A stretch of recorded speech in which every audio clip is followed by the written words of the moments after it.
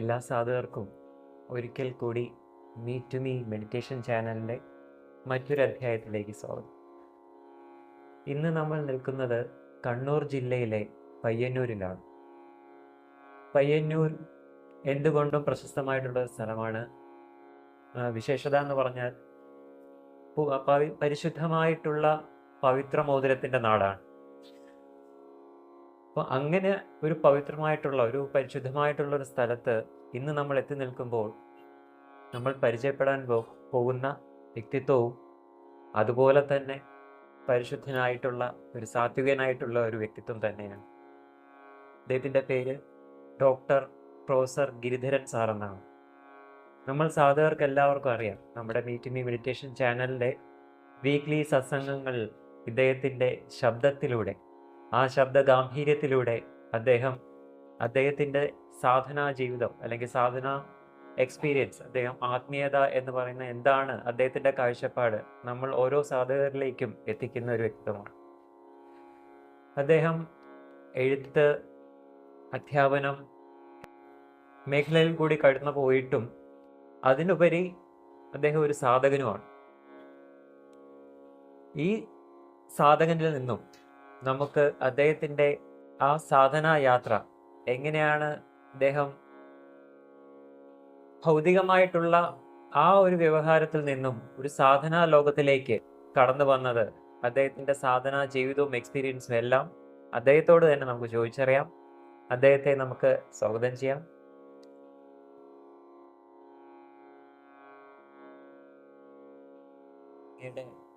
ബാല്യകാലം, മാതാപിതാക്കൾ, ആ ഒരു ജീവിത രീതിയെക്കുറിച്ചൊന്ന് പറയാം, ആ തുടക്കകാലങ്ങളെ കുറിച്ച് പറയാം. എൻ്റെ മാതാപിതാക്കൾ, അമ്മ ഒരു അധ്യാപികയായിരുന്നു, അച്ഛൻ ഗവൺമെൻറ് സർവീസിൽ ജോലിയായിരുന്നു.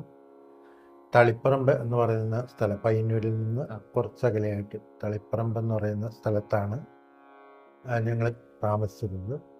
അച്ഛൻ വളരെ ഒരു വലിയ ദേവീ ഭക്തനായിരുന്നു. അമ്മയും ഒരു ഈശ്വരവിശ്വാസിയാണ്. ക്ഷേത്രങ്ങളിൽ പോകും, വ്രതങ്ങളെടുക്കും. പക്ഷെ അതിൽ കവിഞ്ഞൊരു ആത്മീയമായ ഒരു കാഴ്ചപ്പാട് അന്ന് എനിക്കറിയില്ലായിരുന്നു. പിന്നെ ഇപ്പോഴും നമ്മൾ നോക്കുമ്പോൾ ആ ഒരു ഭക്തി മാത്രം പോരാ, ഒരു ആത്മീയ ഒരു പശ്ചാത്തലം കൂടി ഉണ്ടെങ്കിൽ മാത്രമേ നമുക്ക് മുന്നോട്ട് പോകാൻ കഴിയുന്നു ഇപ്പോൾ മനസ്സിലാവുന്നുണ്ട്. അന്നൊന്നും ഇതൊന്നും പറഞ്ഞു തരാൻ ആരും ഇല്ലായിരുന്നു. രാമായണം കഥകൾ പറയും, അതുപോലെ കൃഷ്ണഗാഥ ഇതൊക്കെ ചൊല്ലും പാടും എന്നൊക്കെ അല്ലാതെ അതിലെ തത്വങ്ങളൊന്നും അങ്ങനെ വലുതായിട്ട് പറയാനോ അങ്ങനെയൊന്നും ഉണ്ടായിരുന്നില്ല. പിന്നെ ഞാൻ പഠിച്ചതെന്ന് പറയുന്നത് ഹോർട്ടിക്കൾച്ചർ കോഴ്സാണ് കാർഷിക സർവകലാശാലയിൽ. അപ്പോൾ അത് കഴിഞ്ഞിട്ട് കൃഷി വകുപ്പിൽ ഒരു വർഷം ജോലി ചെയ്തു. അത് കഴിഞ്ഞ് ബാങ്കിൽ, സ്റ്റേറ്റ് ബാങ്ക് ഓഫ് ട്രാവൻകൂർ, ഇന്നിപ്പം SBI ആണ്. അപ്പോൾ എനിക്ക് പോസ്റ്റിംഗ് കിട്ടിയത് എരുമേലി ബ്രാഞ്ചിലാണ്. എരുമേലി എന്ന് പറയുമ്പോൾ തന്നെ അത് ഒരുപക്ഷെ ഇപ്പോഴെനിക്ക് മനസ്സിലാവുന്നത് അതൊരു ഭാഗ്യമാണ്. ആദ്യം ഞാൻ അവിടെ പോയിട്ട് ജോയിൻ ചെയ്യണമെന്ന് ഒരു സംശയമായിരുന്നു. പക്ഷെ 2.5 വർഷം അവിടെ വർക്ക് ചെയ്യാൻ സാധിച്ചു. അപ്പം ആ ശബരിമല സീസൺ കാലത്ത് 24 മണിക്കൂറും ആ ശരണമന്ത്ര വിളികളൊക്കെ, അത് ഒരു പ്രത്യേക അനുഭൂതി ഉണ്ടായിരുന്നു ആ സമയത്ത്. ഒരുപക്ഷെ അവിടെ ജോലി ചെയ്യാൻ പറ്റിയത് എൻ്റെ ഒരു സ്പിരിച്വൽ ഇതിന് അറിഞ്ഞോ അറിയാതെയോ ഒരു വഴി തുറന്നതായിരിക്കാം.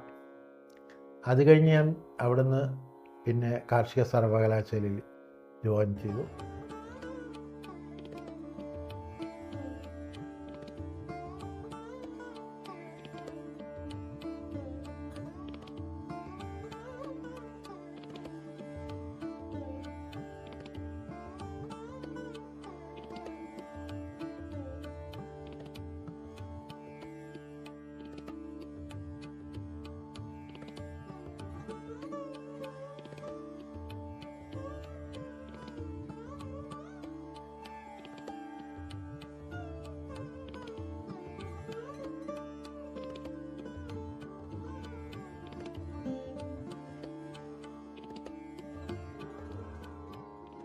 ആ പരമമായ നിത്യസത്യം ആദ്യമായി അയ്യപ്പസ്വാമിയുടെ രൂപത്തിലാണ് എന്നെ അനുഗ്രഹിച്ചത് എന്ന് ഇപ്പോൾ തിരിച്ചറിയുന്നു. എരുമേലിയിൽ 2.5 വർഷം അയ്യപ്പസ്വാമിയുടെ കീർത്തനങ്ങൾ കേട്ട് അങ്ങനെ അവിടെ ആ ഒരു പുണ്യം. അതിനുശേഷം എനിക്ക് കാർഷിക സർവകലാശാലയിൽ അമ്പലവയൽ, വയനാട്ടിലുള്ള അമ്പലവയൽ എന്ന മനോഹരമായ ആ ഒരു പ്രദേശത്ത് ജോലി ചെയ്യാൻ സാധിച്ചു. അവിടെ വളരെ മനോഹരമായ നിരവധി റോസ് ഇനങ്ങളുടെ ഒരു ഉദ്യാനമുണ്ടായിരുന്നു. കൂടാതെ ഓറഞ്ച് തോട്ടങ്ങൾ, കാപ്പി, കുരുമുളക്, വിവിധ ഇനം മാവിനങ്ങൾ, പലതരം പച്ചക്കറികൾ.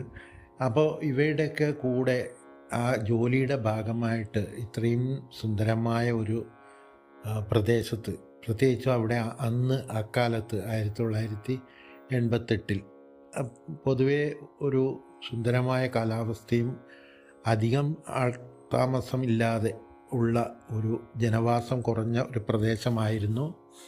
അപ്പോൾ പലപ്പോഴും അവിടുത്തെ ആ പ്രശാന്തത, ഒരു ഒരു ഒരു അന്തർമുഖത്വം നൽകുന്നതായിരുന്നു. അന്ന് ആത്മീയതയെക്കുറിച്ചൊന്നും അറിയാത്തത് കൊണ്ട് നമുക്കത് പ്രയോജനപ്പെടുത്താൻ പറ്റിയില്ലല്ലോ എന്ന് ഇപ്പോൾ തോന്നുന്നു. പക്ഷെ ആ സൗന്ദര്യം, അത് പ്രകൃതി നൽകുന്ന പ്രകൃതി നമുക്ക് തരുന്ന ആ പ്രണയഭാവങ്ങളാണ് എന്ന് ഗുരുജിയുടെ വാക്കുകളിൽ നിന്നാണ് ഇപ്പോൾ ഞാനത് തിരിച്ചറിയുന്നത്. അങ്ങനെ അവിടെ ആ മനോഹരമായ കാപ്പി ചെടികൾ അത് പുഷ്പിക്കുന്നത് വേനൽക്കാലത്ത്, ഒരു വേനൽ മഴ ലഭിച്ചു കഴിയുമ്പോഴാണ്. അപ്പോൾ മനോഹരമായ പൂക്കുലകൾ, വെളുത്ത പുഷ്പങ്ങൾ നിറഞ്ഞ വിശാലമായ കാപ്പിത്തോട്ടം, അത് വളരെ മനോഹരമായൊരു കാഴ്ചയാണ്. അതുപോലെ തന്നെ ആ കോടമഞ്ഞ് അതിങ്ങനെ പതുക്കെ നീങ്ങുന്നതും തണുത്ത കാറ്റ് വീശുന്നതും ആ ശാന്തതയും എല്ലാം വളരെ മനോഹരമായ കാഴ്ചകളാണ്. അതിൽ ഇപ്പോഴും എനിക്ക് മനസ്സിൽ പതിഞ്ഞു നിൽക്കുന്ന ഒരു ചിത്രമുണ്ട്. അതായത് വയനാട്ടിലെ ആദിവാസി ഊരുകളിൽ അവർക്ക് കൃഷി പറഞ്ഞു കൊടുക്കുന്നതിനായിട്ട് പരിശീലിക്കുന്ന ഭാഗമായിട്ട് തിരുനെല്ലിയിൽ ആദിവാസി കോളനി സന്ദർശിച്ചപ്പോൾ അവിടെയുള്ള പ്രശസ്തമായ ക്ഷേത്രം, തിരുനെല്ലി ക്ഷേത്രം, ബ്രഹ്മാവ് നിർമ്മിച്ച ക്ഷേത്രമാണെന്ന് പറയുന്നു. മഹാവിഷ്ണുവിൻ്റെ ക്ഷേത്രമാണ്. കൂടാതെ പരമശിവൻ ഒരു ഗുഹാക്ഷേത്രത്തിൽ സ്ഥിതി ചെയ്യുന്നു. അതിന് പിന്നിലുള്ള ആ ബ്രഹ്മഗിരി മലനിര അതിമനോഹരമായ ഒരു കാഴ്ചയാണ്. അതുപോലെ വയനാട്ടിൽ എങ്ങോട്ട് പോയി കഴിഞ്ഞാലും നല്ല മനോഹരമായ കാഴ്ചകൾ അന്ന് നമുക്ക് ലഭിക്കുമായിരുന്നു. അതും ഒരു ഭാഗ്യമായിട്ട് കാണുന്നു. കാരണം പ്രകൃതി നമ്മളെ എത്രമാത്രം പ്രണയിക്കുന്നു എന്നുള്ളത് ഇപ്പോഴാണ് എനിക്കത് തിരിഞ്ഞു നോക്കുമ്പോഴാണ് അത് അനുഭവപ്പെട്ടത്. അത് കഴിഞ്ഞ് പിന്നെ ഡൽഹിയിൽ പോയപ്പോഴും അവിടെയും പഠനത്തിൻ്റെ ഭാഗമായി മുന്തിരിത്തോപ്പുകളിലൂടെയും അതുപോലെ തന്നെ പഠനയാത്ര നടത്തി സിംലയിൽ എത്തി അവിടെയുള്ള ആപ്പിൾ തോട്ടങ്ങൾ, ആപ്പിൾ മരങ്ങൾ നിറയെ ആപ്പിളുകൾ വിരിഞ്ഞു നിൽക്കുന്നതും, അതുപോലെ തന്നെ നമ്മുടെ ഡൽഹി ക്യാമ്പസിൽ നടത്തിയ ആ പുഷ്പമേള, അതിമനോഹരമായ വിവിധതരം പുഷ്പമേളകൾ, വിവിധ മാങ്ങ ഇനങ്ങളുടെ പ്രദർശനങ്ങൾ, ഇതൊക്കെ ഒരു പ്രകൃതി നമ്മൾക്ക് നൽകുന്ന ഒരു പ്രണയഭാവങ്ങളുടെ വ്യത്യസ്ത രൂപങ്ങളാണ് എന്നുള്ള ഒരു തിരിച്ചറിവ്. അപ്പോൾ എന്നെ ഈ ഒരു വിഷയത്തിൽ എനിക്ക് പഠിക്കാൻ അവസരം തന്നതിന് ഞാൻ ഭഗവാനോട് നന്ദി പറയുന്നു. കാരണം ആ ഗുരുജി പറയുന്ന പ്രണയം അപ്പോൾ തിരിഞ്ഞു നോക്കുമ്പോൾ അതിലൂടെയാണല്ലോ ഞാൻ സഞ്ചരിച്ചിരുന്നത്. പക്ഷെ അന്ന് എനിക്കത് അത്ര തിരിച്ചറിവ് ഉണ്ടായിരുന്നില്ല. എങ്കിലും അതുപോലെ തന്നെ സർവീസിൻ്റെ ഒടുവിൽ ഞാൻ വർക്ക് ചെയ്തത് മഞ്ചേശ്വരം കേന്ദ്രത്തിൽ, അവിടെയും അധികം ജനവാസമില്ലാത്ത ഒരു പ്രകൃതി മനോഹരമായ ഒരു പ്രദേശമാണ്. മാത്രമല്ല അവിടെയുള്ള കാർഷിക വിളകൾ, പച്ചക്കറികളായാലും പൂക്കളായാലും എല്ലാം എത്രമാത്രം മനോഹരമാണ്. അതപ്പോൾ ആ പ്രകൃതിയുടെ ആ പ്രണയം അത് നമ്മൾ പലപ്പോഴും തിരിച്ചറിയാതെ പോകുന്നു. ചുരുക്കി പറയുമ്പോൾ നമ്മളെ ജീവിതത്തിൽ നോക്കിക്കഴിഞ്ഞാൽ പലപ്പോഴും പ്രണയം അത് പല രൂപത്തിൽ നമ്മൾക്ക് നമ്മുടെ മുന്നിൽ ഉണ്ട് നമ്മൾക്ക്, പക്ഷെ അത് തിരിച്ചറിയാൻ സാധിക്കാതെ പോകുന്നു എന്നുള്ളതാണ്. പക്ഷെ അത് ഇപ്പോൾ ഈ ഒരു ഗുരുജിയുടെ സന്ദേശങ്ങൾ വായിക്കുമ്പോഴും എത്രമാത്രം ഒരു ആ പ്രണയം ജീവിതത്തിൽ നമുക്ക് ജീവിതത്തെ ആ ഒരു പ്രണയത്തിൻ്റെ ഭാവത്തിലൂടെ നോക്കിക്കാണുമ്പോൾ ആ ജീവിതം അത് എത്രമാത്രം പ്രകൃതി നമ്മളെ പ്രണയിക്കുന്നു എന്നുള്ളത് മനസ്സിലാക്കാൻ കഴിഞ്ഞു എന്നതും ഒരു മഹാഭാഗ്യമായി കരുതുന്നു.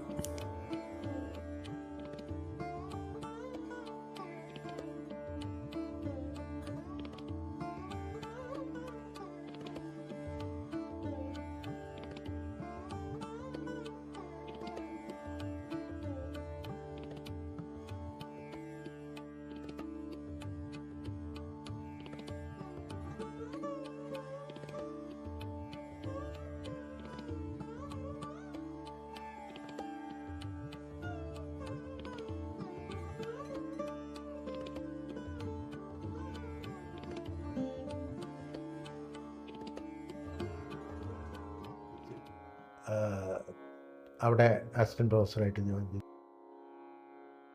അത് കഴിഞ്ഞ് ഏതാണ്ട് എനിക്ക് തോന്നുന്നു ഒരു 33 വയസ്സ് ആകുമ്പോഴാണ് ഭഗവത്ഗീത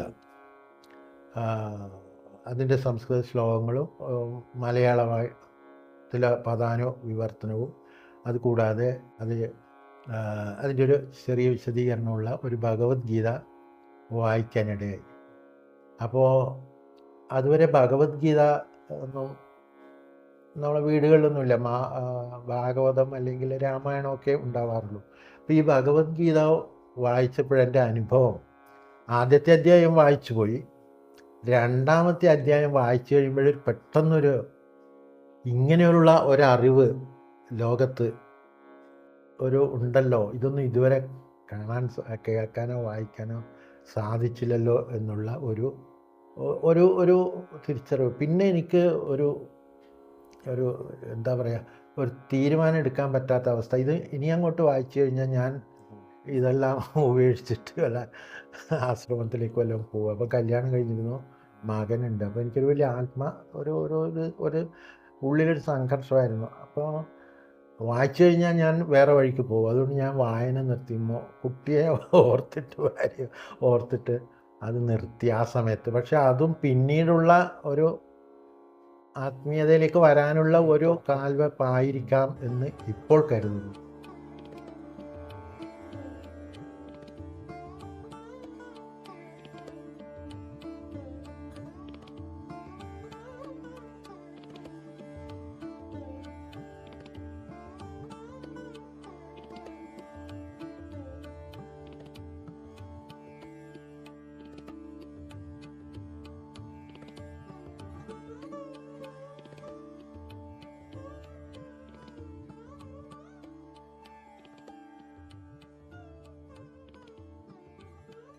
ഇപ്പം അങ്ങ് പറഞ്ഞു ഭഗവത്ഗീത വായിക്കാൻ ഇടയായതിന് ശേഷമാണ് അങ്ങനെയൊരു വേറെ ഒരു അന്വേഷണമോ അല്ലെങ്കിൽ ഒരു സ്പിരിച്വാലിറ്റിയിലേക്ക് ഒരു പാത തുറന്നു കിട്ടിയതായിട്ട് അനുഭവപ്പെട്ടതെന്ന് പറഞ്ഞു. അപ്പോൾ അങ്ങേക്ക് ശരിക്കും ഒരു ഗുരുസങ്കല്പം ഉണ്ടായിരുന്നോ, അതോ ഈ ഭഗവത്ഗീതയെ അങ്ങ് മനസ്സിലാക്കാൻ ശ്രമിച്ചപ്പോൾ ഒരു വേറൊരു ആംഗിളാണോ അങ്ങേക്ക്? എങ്ങനെയാണ് അതിനെ കാണുന്നത്? ഭഗവത്ഗീതയിൽ അങ്ങയുടെ ഒരു ചേഞ്ചിന് വേണ്ടിയിട്ട് ഒരു സംഭവം ഇടയായത്? ഞാനങ്ങനെ ഒരു പ്രത്യേക ഒരു തയ്യാറെടുപ്പ് കൂടിയല്ല ഇത് വായിക്കുന്നത്, തികച്ചും അപ്രതീക്ഷിതമായിട്ടാണ്. പക്ഷെ വായിച്ച ഒന്നാമത്തെ അധ്യായം കഴിഞ്ഞ് രണ്ടാമത്തെ അധ്യായത്തിൽ ഭഗവാന്റെ ഉപദേശം തുടങ്ങുമ്പോൾ ഒരു ഗുരു ശിഷ്യന് പറഞ്ഞു കൊടുക്കുന്ന രീതിയിൽ, കാരണം എനിക്കിതിൽ എന്താ ചെയ്യേണ്ടത് എനിക്കറിയില്ല, എനിക്കെന്തെങ്കിലും പറഞ്ഞു തരണം എന്ന് പറയുമ്പോൾ ആ ഒരു അറിവുള്ളൊരു വ്യക്തി, അന്നൊന്നും ഇത്ര കൂടുതൽ ആഴത്ത് ചിന്തിക്കുന്നില്ല. അപ്പോൾ ആ ശരിയായ ഒരു ഉപദേശം കൊടുക്കുന്ന ഭഗവാൻ ഗുരു തന്നെ, അതുപോലെ അറിവ് പകർന്നു കൊടുക്കുന്ന ഗുരുവാണല്ലോ. അപ്പോൾ ആ ഒരു വലിയ അറിവ് പകർന്നു കൊടുക്കുന്ന ഒരു ഗുരുവായിട്ട് തന്നെയാണ് തോന്നിയത്. അന്ന് അത്ര ആഴത്തിൽ ചിന്തിച്ചില്ല. അതെ അതെ അതെ, ഗുരു ഒരു ശിഷ്യന് ഉപദേശിച്ചു കൊടുക്കുന്ന പോലെ തന്നെയാണ്. പിന്നെ മുഴുവൻ വായിച്ചിട്ടില്ല, 2ാമത്തെ അധ്യായം വരെ വായിച്ചിട്ടുള്ളൂ. അങ്ങയുടെ ഈ ഔദ്യോഗിക ജീവിതത്തിനിടയിൽ അങ്ങയിടയ്ക്ക് ഉന്നത വിദ്യാഭ്യാസത്തിനായിട്ട് പുറത്തേക്കൊക്കെ പോകാനിടയായിട്ടുണ്ട്. അത് ആ കാലഘട്ടം കൂടി ഒന്ന് പറയാമോ? പറയാം. അതും ഒരു യാദൃശ്ചികമായിട്ട് സംഭവിക്കുന്നതാണ്. ഇതൊക്കെ നമ്മൾ ഇപ്പോഴാലോചിക്കുമ്പോഴാണ് മനസ്സിലാവുന്നത്, നമ്മളല്ല തീരുമാനിക്കുന്നത്. കാരണം ഞാനന്ന് ഒരു ട്രയൽ എക്സാം ഉണ്ട് അവിടെ, എൻട്രൻസ് എക്സാം ഉണ്ട്. അപ്പോൾ ട്രയലായിട്ട് എഴുതാം ഒന്ന് പോയിട്ട്. ഫസ്റ്റ് ടൈം തന്നെ കിട്ടുന്ന ഉറപ്പില്ലല്ലോ. ഒരു എക്സ്പീരിയൻസിന് വേണ്ടി പോയതാണ്. കിട്ടുന്ന ഉറപ്പില്ലായിരുന്നു, പക്ഷേ കിട്ടി. അങ്ങനെ ഡൽഹിയിലായിരുന്നു PhD എടുത്തത്, ഇന്ത്യൻ അഗ്രികൾച്ചർ റിസർച്ച് ഇൻസ്റ്റിറ്റ്യൂട്ടിൽ. 3 വർഷം അവിടെ ഉണ്ടായിരുന്നു. അത് കഴിഞ്ഞ് തിരിച്ചു വന്നു. അപ്പോൾ തിരിച്ച് വന്ന് കുറച്ച് മാസങ്ങൾ കഴിയുമ്പോഴാണ് ഗീത വീട്ടിൽ നിന്ന് വായിച്ചത്. അത് കഴിഞ്ഞ് പിന്നെ ഞാൻ സാധാരണ ഭൗതിക ജീവിതത്തിലേക്ക് തന്നെ പോയി. പക്ഷേ അത് കഴിഞ്ഞ് 2 വർഷം കഴിയുമ്പോഴാണ് ശബരിമലയിലേക്ക് പോകാനുള്ള കുറച്ച് പേര് പോകുന്നുണ്ടായിരുന്നു. അപ്പോൾ ശബരിമലയിൽ, കാരണം ഞാൻ എരുമേലി 2 വർഷം ഉണ്ടായിരുന്നില്ല. അപ്പോൾ ശബരിമലയിൽ പോകുമ്പോൾ ഇവിടുന്ന് പരിചയമുള്ള കുറച്ച് പേര് പോകുന്നുണ്ടായിരുന്നു. അപ്പോൾ ഒന്ന് പോകണം തോന്നി, അങ്ങനെ പോയി. അപ്പം നമ്മൾ ഒരു കാര്യത്തിൽ നമ്മൾ ഡീപ്ലി നമ്മളതിന് ഫുൾ സമർപ്പിക്കുകയാണെങ്കിൽ നമുക്ക് ഉള്ളിലൊരു പ്രത്യേക ഒരു ഇത് തോന്നുന്നതായിട്ട് അനുഭവപ്പെട്ടിട്ടുണ്ട്. ഞാനിത് ആരോടും പറഞ്ഞിട്ടില്ല. അതായത് പമ്പയിലെത്തുന്നത് വരെ നമുക്ക് അവിടെ എങ്ങനെ എത്തും എന്നുള്ള, പമ്പയിൽ നിന്ന് ആ പമ്പാ സ്നാനം കഴിഞ്ഞ് അവിടെ എത്തുമ്പോഴേ നമ്മളെ അയ്യപ്പൻ വന്ന് നമ്മളെ സ്നേഹത്തോടെ, നമ്മളെ മാത്രമല്ല ഭക്തരെ എല്ലാം ഇങ്ങനെ ആനയിച്ച് കൊണ്ടുപോകുന്നു. തിരിച്ച് നമ്മളെ പമ്പയിലേക്ക് തിരിച്ചു കൊണ്ടുവരുന്ന ഒരു രീതിയായിരുന്നു. അപ്പോൾ അതൊരു പ്രൊട്ടക്ഷൻ എന്ന് പറഞ്ഞാൽ ആ ഒരു ഫീലിംഗ്, അതാണ് വീണ്ടും പോകാൻ നമുക്ക് ഒരു ഇത്. കാരണം പിന്നെ ആ കാനനത്തിലൂടെ പോകുമ്പോൾ ആ ഒരു വനത്തിൻ്റെ ഭംഗിയും ആ ഒരു നിശ്ചലതയും ഒരു നിശബ്ദതയും ഒക്കെ അന്നേരം അതൊരു നല്ലൊരു ഫീലായിരുന്നു. പിന്നെ അയ്യപ്പനോട് അപ്പോഴ ആ ഒരു നമുക്കൊരു ബോണ്ടേജ്, അതായത് ഒരു എന്താ പറയുക, അതായത് നമ്മൾ എത്രമാത്രം ഇൻവോൾവ് ആവുന്ന ഒരു കാര്യത്തിൽ അത്രമാത്രം നമുക്ക് ഒരു തരത്തിലല്ലെങ്കിൽ മറ്റൊരു തരത്തിലൊരു ഫീലിംഗ് തരും. അതുകൊണ്ട് കാരണം എന്ത് പറ്റി, ഈ മല കയറ്റവും ഇറക്കമൊന്നും നമുക്ക് അത്ര കഠിനമായിട്ട് തോന്നിയില്ല എന്നുള്ളതാണ് വാസ്തവം.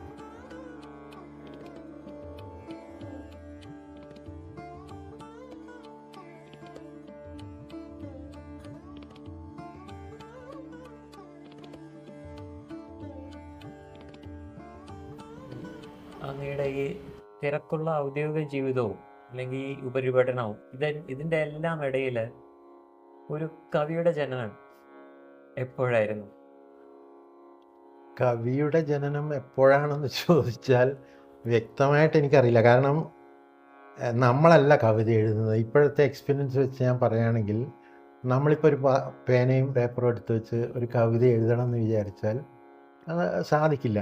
അപ്പോൾ എങ്ങനെ ഇത് വരുന്നു, ഉള്ളിൽ നിന്നുള്ള ഒരു ഇതാണ് അത്, ആ വരികളൊക്കെ. അപ്പോൾ ചുരുക്കി പറയാം, ഞാൻ ആദ്യം ഒരു കൃഷിയെക്കുറിച്ചുള്ളൊരു കവിതയാണ് എഴുതിയത്.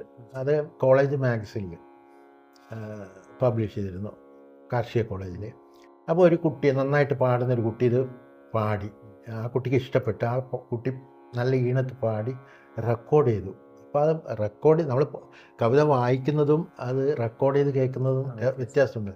അപ്പോൾ ഇത്രയും ആ ഒരു നല്ലൊരു ഫീലോടുകൂടി ആ കുട്ടി പാടിയപ്പോൾ എൻ്റെ ഉള്ളിലൊരു തീരുമാനം, എൻ്റെ ഉള്ളിൽ ഇങ്ങനെ ഒരു കഴിവ് ദൈവം തന്നിട്ടുണ്ടല്ലോ, അപ്പോൾ അത് എത്രമാത്രം ഉണ്ടായിരിക്കാം ഒരു സെർച്ചിങ് നമുക്ക് തോന്നുമല്ലോ.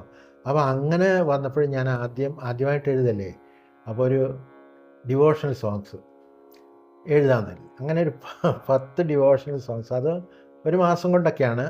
അപ്പോൾ നമ്മളൊരു തപസ്യ പോലെ തന്നെ ഈ എൻ്റെ ഒരു അനുഭവത്തിൽ പറയുമ്പോൾ നമ്മളൊരു സാധന പോലെ തന്നെയാണ്. കാരണം ഒരു ധ്യാനാവസ്ഥയിലാണ് നമ്മൾ. എഴുതണമെന്ന് വിചാരിച്ചാൽ വരില്ല. അപ്പോൾ അതിനു വേണ്ടി നമ്മളിങ്ങനെ കാത്തിരിക്കണം. അങ്ങനെ വന്നപ്പോഴാണ് ഒരു 10 ഭക്തിഗാനങ്ങൾ എഴുതിയത്. അതിൽ 4 അയ്യപ്പസ്വാമിയെക്കുറിച്ചായിരുന്നു. കാരണം അയ്യപ്പസ്വാമിയെക്കുറിച്ച് എനിക്ക് അത്രയും ഒരു ഉള്ളതുകൊണ്ട്. അപ്പോൾ അത് വായിച്ചപ്പോഴാണ് ആ കുട്ടിയും അത്ഭുതപ്പെട്ടു. ആ കുട്ടി പറഞ്ഞത്, സാർ ഇത് വലിയ ഏതെങ്കിലും മ്യൂസിക് ഡയറക്ടറെ കൊണ്ട് ചെയ്യിക്കണം എന്ന് പറഞ്ഞു. അപ്പോൾ എനിക്കാരെയും പരിചയമില്ല. അപ്പോൾ ആ കുട്ടിയുടെ കെയർ ഓഫിൽ ദക്ഷിണാമൂർത്തി സ്വാമിയെ, അപ്പോൾ എനിക്ക് വിശ്വസിക്കാൻ പറ്റുന്നില്ല. അപ്പോൾ ദക്ഷിണാമൂർത്തി സ്വാമിയെ കണ്ണൂർ വന്നപ്പോൾ ഇവർ ഈ കവിത കൊടുത്തു. അപ്പോൾ സ്വാമിക്ക് ഇഷ്ടപ്പെട്ടെങ്കിലേ സ്വാമി അത് ചെയ്യുള്ളൂ. അങ്ങനെ സ്വാമി അത് ചെയ്തു. ചുരുക്കി പറയാം, അവിടുന്ന് ഒരു സ്പിരിച്വൽ അഡ്വൈസാണ് കിട്ടിയത്. എന്നുവെച്ചാൽ 2 ദിവസത്തെ റെക്കോർഡിങ് കഴിഞ്ഞ് 3-ാമത്തെ ദിവസം റെക്കോർഡിംഗ് ഉണ്ട്. 2 ദിവസം റെക്കോർഡിങ് കഴിഞ്ഞിട്ട് സ്വാമി പൊതുവേ സീരിയസ് ഒരു റഫാണ് ആൾ, പക്ഷേ ചില സമയത്ത് വളരെ ഫ്രീ ആണ്. അപ്പോൾ 2-ാമത്തെ ദിവസം വൈകിട്ട് സ്വാമി പറഞ്ഞൊരു കാര്യമാണ്. സ്വാമി പറഞ്ഞത്, ഞാൻ ഒരുപാട് സിനിമകൾക്ക് സംഗീതം നൽകിയിട്ടുണ്ട്, പക്ഷെ ഞാനല്ല അതൊന്നും ചെയ്തത്. ഞാനിങ്ങനെ ഭഗവാനെ ധ്യാനിച്ചിരിക്കും, അപ്പോൾ ഒരു ട്യൂൺ വരും, ഒന്നും എൻ്റേതല്ല എന്നിങ്ങനെ വളരെ ഇതായിട്ട് പറഞ്ഞു. അപ്പം എൻ്റെ മനസ്സിലും, ഞാനത് അങ്ങോട്ട് പറഞ്ഞില്ല, മനസ്സിലും അത് തോന്നി. ഞാനും ചിന്തിച്ചത് ഇതാണല്ലോ, പക്ഷെ സ്വാമിയുടെ അടുത്തൊന്നും നമുക്കത്ര ഫ്രീ ആയിട്ട് പറയാൻ പറ്റില്ലല്ലോ. അപ്പോൾ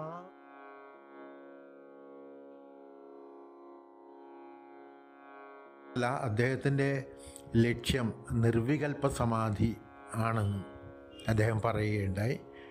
അതുകൂടാതെ അദ്ദേഹത്തിന് ലഭിച്ച എല്ലാ പുരസ്കാരങ്ങളും എല്ലാം അദ്ദേഹം ഒരു കണ്ണൂർ ജില്ലയിലുള്ള ഒരു ഹനുമാൻ ക്ഷേത്രത്തിൽ സമർപ്പിക്കുകയുണ്ടായി. എല്ലാം ഹനുമാൻ സ്വാമിക്ക് സമർപ്പിച്ചിട്ടാണ് അദ്ദേഹം ഈ ലോകത്തോട് വിട പറഞ്ഞത്. അപ്പോൾ സംഗീതത്തിൻ്റെ ഒരു സംവിധാനത്തിന് വേണ്ടിയാണ് അദ്ദേഹത്തെ സമീപിച്ചതെങ്കിലും ആത്മീയതയുടെ ആദ്യ പാഠങ്ങൾ പറയാതെ തന്നെ അദ്ദേഹത്തിൽ നിന്ന് കേൾക്കാനുള്ള ഒരു അവസരമുണ്ടായി. ആ ഗുരുവിൻ്റെ അനുഗ്രഹം കൊണ്ടായിരിക്കാം പിന്നീട് അങ്ങോട്ട് ആത്മീയതയിലേക്ക് ഒരു നീങ്ങാനുള്ള ഒരു അവസരമുണ്ടായത്. അതുകൊണ്ട് തന്നെ ഈ ഒരു ഗാനം അദ്ദേഹത്തിന് ഒരു ഗുരുദക്ഷിണയായിട്ട് സമർപ്പിക്കുകയാണ്. കാഞ്ചനശിലയിൽ ശ്രീരാഗദേവത മിനുക്കിയൊരുക്കിയ മൂർത്തി,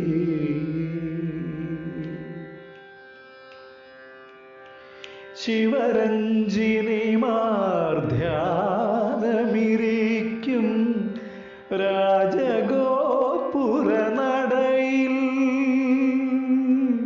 ശിവരഞ്ജിനിമാർധ്യാനമിരിക്കും രാജഗോപുരനടയിൽ,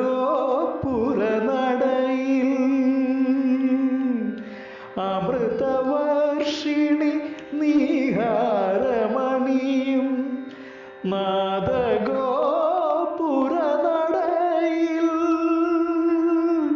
ഭൂപാളരാഗവുമായി വരുന്നു അനുഗ്രഹപുണ്യം നുകരുന്നു. കാഞ്ചനശിലയിൽ ശ്രീരാഗദേവത മിനുക്കിയൊരുക്കിയ മൂർത്തി.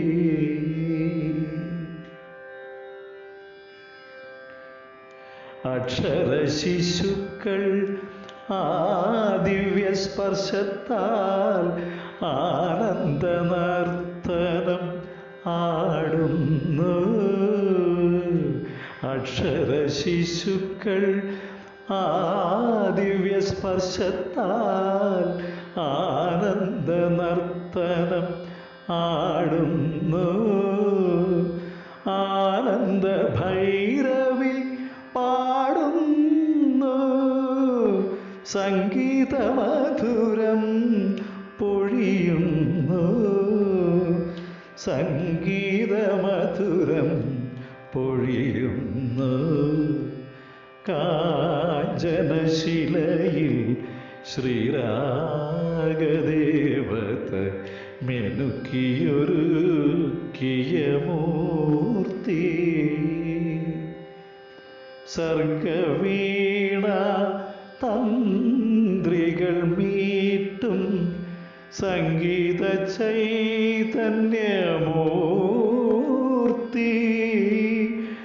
ദക്ഷിണ നൽകി നമിക്കുന്നു അനുഗ്രഹ പുണ്യം തേടുന്നു കാഞ്ചനശിലയിൽ ശ്രീരാഗദേവത മിനുക്കി ഒരുക്കിയ മൂർത്തി.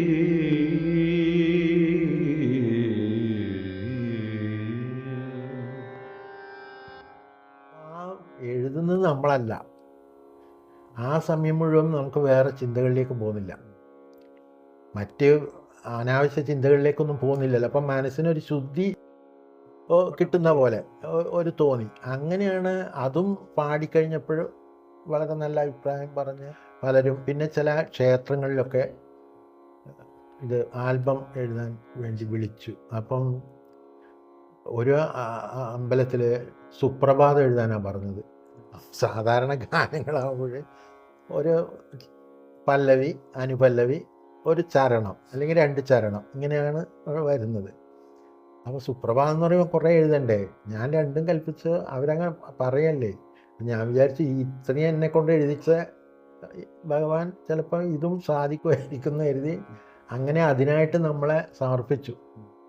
ശരിക്കും പറഞ്ഞാൽ അപ്പം എഴുതുന്നത് നമ്മൾ എഴുതാൻ വേണ്ടി എഴുതരുതല്ലോ. അപ്പം അങ്ങനെ വെയിറ്റ് ചെയ്ത് അങ്ങനെ എഴുതി വന്നപ്പോൾ അതങ്ങനെ സംഭവിച്ചു. അപ്പോൾ അങ്ങനെ വീണ്ടും ചില ക്ഷേത്രങ്ങളിങ്ങനെ വിളിച്ചു. അപ്പോൾ അങ്ങനെ കുറേ നാൾ ഈ ഒരു ഡിവോഷണൽ ഫീൽഡിൽ അറിഞ്ഞോ അറിയാതെയോ ഇങ്ങനെ പോകാൻ സാധിച്ചു. അതാണ് ആ ഒരു പിന്നെ സംഗീതത്തിൻ്റെ. അതും അതിനെക്കുറിച്ചുള്ള അനുഭവം പറയുകയാണെങ്കിൽ എനിക്ക് തോന്നിയത് ഇതും ഒരു ദൈവികമായിട്ടുള്ള അനുഗ്രഹമാണല്ലോ, ദൈവികമായിട്ടുള്ളൊരു ഇതാണ്. അപ്പോൾ അത് നമ്മളിലുണ്ടോ ഇല്ലയോ എന്ന് നമുക്കറിയുന്നില്ല. അത് നമ്മൾ അന്വേഷിച്ചാൽ നമുക്ക് ചിലപ്പോൾ അറിയില്ല. പക്ഷേ ഭഗവാൻ തന്നെ അത് ചില സമയത്ത് നമ്മളിലൂടെ അത് ഓർത്തുണ്ട്. കാരണം എൻ്റെ കുടുംബത്തിൽ ആരും കവിത എഴുതുകയോ അങ്ങനെ പാട്ടുകൾ രചിക്കുകയോ അങ്ങനെയൊന്നും ആരും ഉണ്ടായിരുന്നില്ല. ഒരു നിമിത്തമായി. അപ്പം ഞാനിത് എഴുതിയെന്ന് പറഞ്ഞപ്പോൾ തന്നെ ആൾക്കാർക്ക് വിശ്വാസം. അപ്പോൾ അതൊക്കെ ഒരു നമ്മളിലൂടെ നടന്നു പോകുന്ന ഒരു പ്രക്രിയയായിട്ടാണ് തോന്നുന്നത്. അപ്പോൾ എപ്പോഴും നമ്മൾ ഇപ്പം ഒരു ഗാനം എഴുതാൻ ആവശ്യപ്പെട്ടാൽ നമ്മൾ ആദ്യം പ്രാർത്ഥിക്കുക ചെയ്യുന്നത്. കാരണം നമ്മളിൽ പ്രതീക്ഷ അർപ്പിച്ചിട്ടാണല്ലോ അവരത് ചെയ്യുന്നത്. അപ്പോൾ അവർക്ക് ഏറ്റവും നന്നായിട്ട് കൊടുക്കണ്ടേ. അപ്പം നന്നായിട്ട് കൊടുക്കാൻ നമ്മൾ വിചാരിച്ചാൽ പറ്റില്ലല്ലോ. അപ്പം പ്രാർത്ഥിക്കും, ഉള്ളുരുകി പ്രാർത്ഥിക്കും. അതൊന്ന് നന്നായിട്ട് അവർക്ക് ഇഷ്ടപ്പെടുന്ന രീതിയിലാവണേ എന്നുള്ളൊരു പ്രാർത്ഥനയോടുകൂടി. അപ്പോൾ അതൊരു നമ്മുടെ ഇപ്പോഴും എനിക്ക് തോന്നുന്നു ഈ സാധന ആത്മീയതയിൽ ആ രീതിയിൽ അത് ഈശ്വരാനുഗ്രഹം കൊണ്ട് സംഭവിക്കുന്നതാണ്. പിന്നെ ഈ കവിതയുടെ ഇപ്പോൾ ഒന്നുകൂടി ചേർത്ത് പറയാനുള്ളത്, ചിലപ്പോൾ സ്പോണ്ടേനിയസ് മീൻസ് അതും ഒരു പ്രേരക. അതിൽ ഗുരുജി ഒരു വലിയ പങ്ക് വഹിച്ചിട്ടുണ്ട്. ഉള്ളത് ഞാൻ പറയാം. അതായത് ഗുരുജി ഞാൻ പരിചയപ്പെടുന്നത് 2000-ലാണ്, കോവിഡ് കാലത്താണ്, ഫേസ്ബുക്കിലൂടെ. അപ്പോൾ ഗുരുജി 2017 പോയ 19-ലോ 17-ലോ പോയ വൃന്ദാവന യാത്രയെക്കുറിച്ച് എഴുതിക്കൊണ്ടേയിരിക്കുമായിരുന്നു. അപ്പോൾ ഞാനിത് വായിക്കുമ്പോൾ ഞാൻ വിഷ്വലൈസ് ചെയ്തിട്ടാണ് വായിക്കുന്നത്. വിഷ്വലൈസ് ചെയ്ത് വായിക്കും. അപ്പോൾ അങ്ങനെ വന്നപ്പോൾ അറിയാതെ എനിക്ക് എഴുതാതിരിക്കാൻ പറ്റുന്നില്ല. അങ്ങനെ കുറച്ച് കവിതകൾ. അപ്പോൾ എനിക്ക് തോന്നി ഇതൊന്നും നമ്മൾ ഉദ്ദേശിക്കുന്ന രീതിയിലല്ല. അങ്ങനെ വന്നു. അതുകൂടാതെ പിന്നെ നമ്മുടെ വീക്കിലി സത്സംഗം ഉണ്ടല്ലോ. വീക്കിലി സത്സംഗത്തിൽ സമർപ്പണം എന്നൊരു സങ്കല്പമുണ്ട്. അപ്പോൾ അതിൽ ഒരു വാക്കാണ് എനിക്ക് പെട്ടെന്ന് അതിങ്ങനെ സ്പാർക്ക് പോലെ വന്നു. അതായത് ഗുരുജി പറയുന്നുണ്ട്, എല്ലാം ഈശ്വരൻ്റെ ദാനമാണ്, നമുക്ക് സമർപ്പിക്കാൻ എന്താ ഉള്ളത്? അഹം മാത്രമേ ഉള്ളൂ. നമ്മൾ ഉണ്ടാക്കി വെച്ച അത് ഭയങ്കരമായിട്ട് എനിക്ക് സ്പാർക്ക്. അത് റിയാക്ഷൻ വരുന്നത് കവിതയായിട്ടാണ്. ഞാൻ ഉദ്ദേശിക്കുന്നതല്ല, എനിക്കത് എഴുതാതിരിക്കാൻ പറ്റുന്നില്ല. അത് ദൈവം ഗുരുജിനെ കൊണ്ട് ചെയ്യിക്കുന്നതാണെന്ന് തോന്നുന്നു. അതുപോലെ തന്നെ വേറെ അതായത് ഏതാണ്, പുസ്തകപാരായണം. അതിൽ ഒരു വാതിക ഞാൻ ഇപ്പോഴോ അത് ആദ്യം നമ്മൾ വായിക്കേണ്ടത് അവനവൻ്റെ ജീവിതമാകുന്ന പുസ്തകമാണ്. എനിക്ക് അങ്ങനെ ഭയങ്കരമായിട്ട് ഒരു സ്ട്രൈക്കിംഗ് ആയിട്ട് ഇങ്ങനെ ഗുരുജിയുടെ ഒരു സപ്പോർട്ടിൽ കൂടെ ചിലതൊക്കെ എഴുതാൻ പറ്റിയിട്ടുണ്ട്. എപ്പം കവിത വരുന്നു പോകുന്നു പറയാൻ പറ്റില്ല. എന്നാ ദക്ഷിണാമൂർത്തി സ്വാമി സ്വാമി കൊണ്ട് ചെയ്യിപ്പിച്ച ഒരു കവിതയുണ്ടല്ലോ, ആ ഒരു പാട്ട് അതിൻ്റെ പേര് എന്തായിരുന്നു? അത് നിർമാല്യ പൂജ എന്ന് പറഞ്ഞിട്ടാണ് MC ഓഡിയോസ് റിലീസ് ചെയ്തിരിക്കുന്നത്, നിർമാല്യ പൂജ എന്ന് പറഞ്ഞിട്ട്. പിന്നെ വേറെയും ചില അമ്പലത്തിന് ക്ഷേത്രങ്ങൾക്ക് വേണ്ടി ചെയ്തതും ഇതുപോലെ പിന്നെ പല ഈ ചാനലുകാർ അത് ചെയ്തിട്ടുണ്ട്. പിന്നെ ഭക്തിഗാനങ്ങൾ മാത്രമല്ല, അപ്പോഴേ എനിക്ക് തോന്നി പാട്ടുകൾ പലതും ഉണ്ടല്ലോ. അപ്പം കൃഷിപ്പാട്ടുകൾ, പ്രണയഗാനങ്ങൾ, ഇതൊക്കെ ഇങ്ങനെ ആവശ്യപ്പെടുന്നതനുസരിച്ചിട്ട് അങ്ങനെ എഴുതി കൊടുക്കുന്ന ചെയ്യാറുണ്ട്.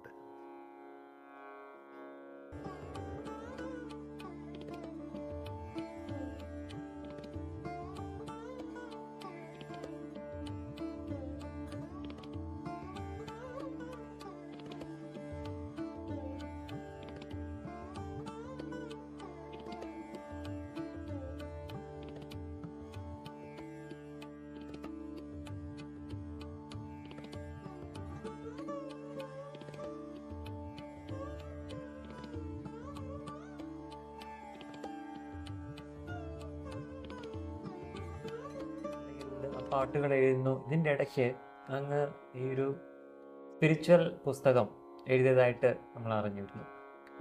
ആ ഒരു പുസ്തകം എഴുതാനുണ്ടായ ഒരു പ്രചോദനം അല്ലെങ്കിൽ അതിൻ്റെ ഒരു സാഹചര്യം ഒന്ന് വിശദീകരിക്കാമോ? പറയാം. അതായത് ആദ്യം വീണ്ടും എനിക്ക് ഭഗവത്ഗീതയിലേക്ക് തിരിയാനൊരു അൺഎക്സ്പെക്റ്റഡ് ഒരു സംഭവം ഉണ്ടായി വർഷങ്ങൾക്ക് ശേഷം. അതായത് എൻ്റെ ഒരു സുഹൃത്ത് അദ്ദേഹം പറയുമായിരുന്നു, പറഞ്ഞ കാര്യമാണ്, നിങ്ങൾക്ക് ഒരുപാട് ദൈവങ്ങളുണ്ടല്ലോ, ഞങ്ങൾക്കൊരു ദൈവമേ ഉള്ളൂന്ന്. അപ്പം ഞാൻ വിചാരിച്ചു അങ്ങനെ വരാൻ വഴിയില്ലല്ലോ. അപ്പം ഞാൻ ഭഗവത്ഗീത പകുതി അന്ന് 2 അധ്യായം വായിച്ചിട്ടുണ്ടല്ലോ. അപ്പോൾ അതിലേറ്റവും വലിയ ഉയർന്ന കാര്യങ്ങളായിരുന്നു.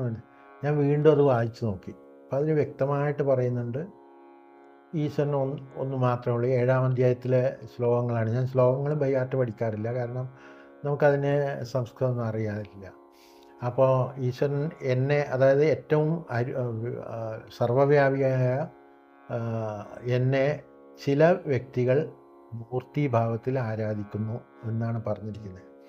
പിന്നെ ദേവതകളെ ആരാധിക്കുന്നവർക്ക് ആ ദേവതകളിലൂടെ അവർക്ക് വേണ്ടുന്നത് എന്താണോ അത് ഞാൻ തന്നെയാണ് കൊടുക്കുന്നതെന്ന് പറഞ്ഞു. അപ്പം ഇതൊക്കെ കേൾക്കുമ്പോഴും നമുക്ക് പല തെറ്റിദ്ധാരണകളും നമ്മുടെ ഇടയിൽ തന്നെ പലർക്കും ഉണ്ട്. ഇപ്പം ബഹുദൈവ വിശ്വാസികൾ എന്നൊക്കെ പറഞ്ഞ് അങ്ങനെ വാക്ക് തർക്കങ്ങളൊക്കെ ഉണ്ടാവാറുണ്ട്. അപ്പം ഗീത വായിച്ചപ്പോഴായാലും മനസ്സിലായി. ഞാൻ ആ സുഹൃത്തിനെ കാണിച്ചു കൊടുത്തു. അപ്പം അദ്ദേഹത്തിന് മനസ്സിലായി. പിന്നെ ഒന്നും പറഞ്ഞില്ല. അപ്പോൾ എനിക്ക് തോന്നി ഈ ഗീത മാത്രമല്ല, പിന്നെ നമുക്ക് വേറെയും ഗ്രന്ഥങ്ങളുണ്ട്, പക്ഷേ എല്ലാം സംസ്കൃതത്തിലാണ്. അപ്പോൾ ഉപനിഷത്തുകൾ, വേദങ്ങൾ എന്നൊക്കെ നമ്മൾ കേട്ടിട്ടേ ഉള്ളൂ. അപ്പോൾ യാദൃശ്ചികമായിട്ട് എനിക്കൊരു ഉപനിഷത്തുകളുടെ ഒരു മലയാള വ്യാഖ്യാനം കിട്ടുകയുണ്ടായി. അപ്പോൾ അതിൽ ഈശാവാസ്യ ഉപനിഷത്ത് 18 പിന്നെ ശ്ലോകങ്ങളുള്ളത്. അപ്പോൾ അത് തന്നെ വളരെ ആകർഷിച്ചു, കാരണം അതിൽ മലയാളത്തിൽ വ്യാഖ്യാനം കൊടുത്തിട്ടുണ്ട്. അപ്പോൾ എൻ്റെ മനസ്സിൽ ഞാൻ കവിത എഴുതാറുണ്ടല്ലോ, അപ്പോൾ ഈ സംസ്കൃത ശ്ലോകങ്ങൾ നമുക്ക് കടുകട്ടിയാണ്, ബുദ്ധിമുട്ടാണ് മനസ്സിലാകുമ്പോൾ. നമുക്കത് പെട്ടെന്ന് ഉൾക്കൊള്ളാൻ വ്യാഖ്യാനങ്ങൾ, പലതരത്തിലുള്ള വ്യാഖ്യാനങ്ങൾ വരുന്നുണ്ട്.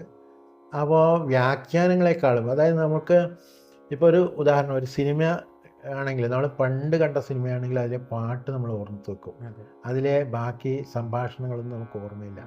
അപ്പോൾ എനിക്ക് തോന്നി ഇതൊന്ന് ട്രൈ ചെയ്ത് നോക്കിയാലോ എന്ന് കരുതി. അങ്ങനെ ഈശാവാസ്യ ഉപനിഷത്തിലെ 18 ശ്ലോകങ്ങളും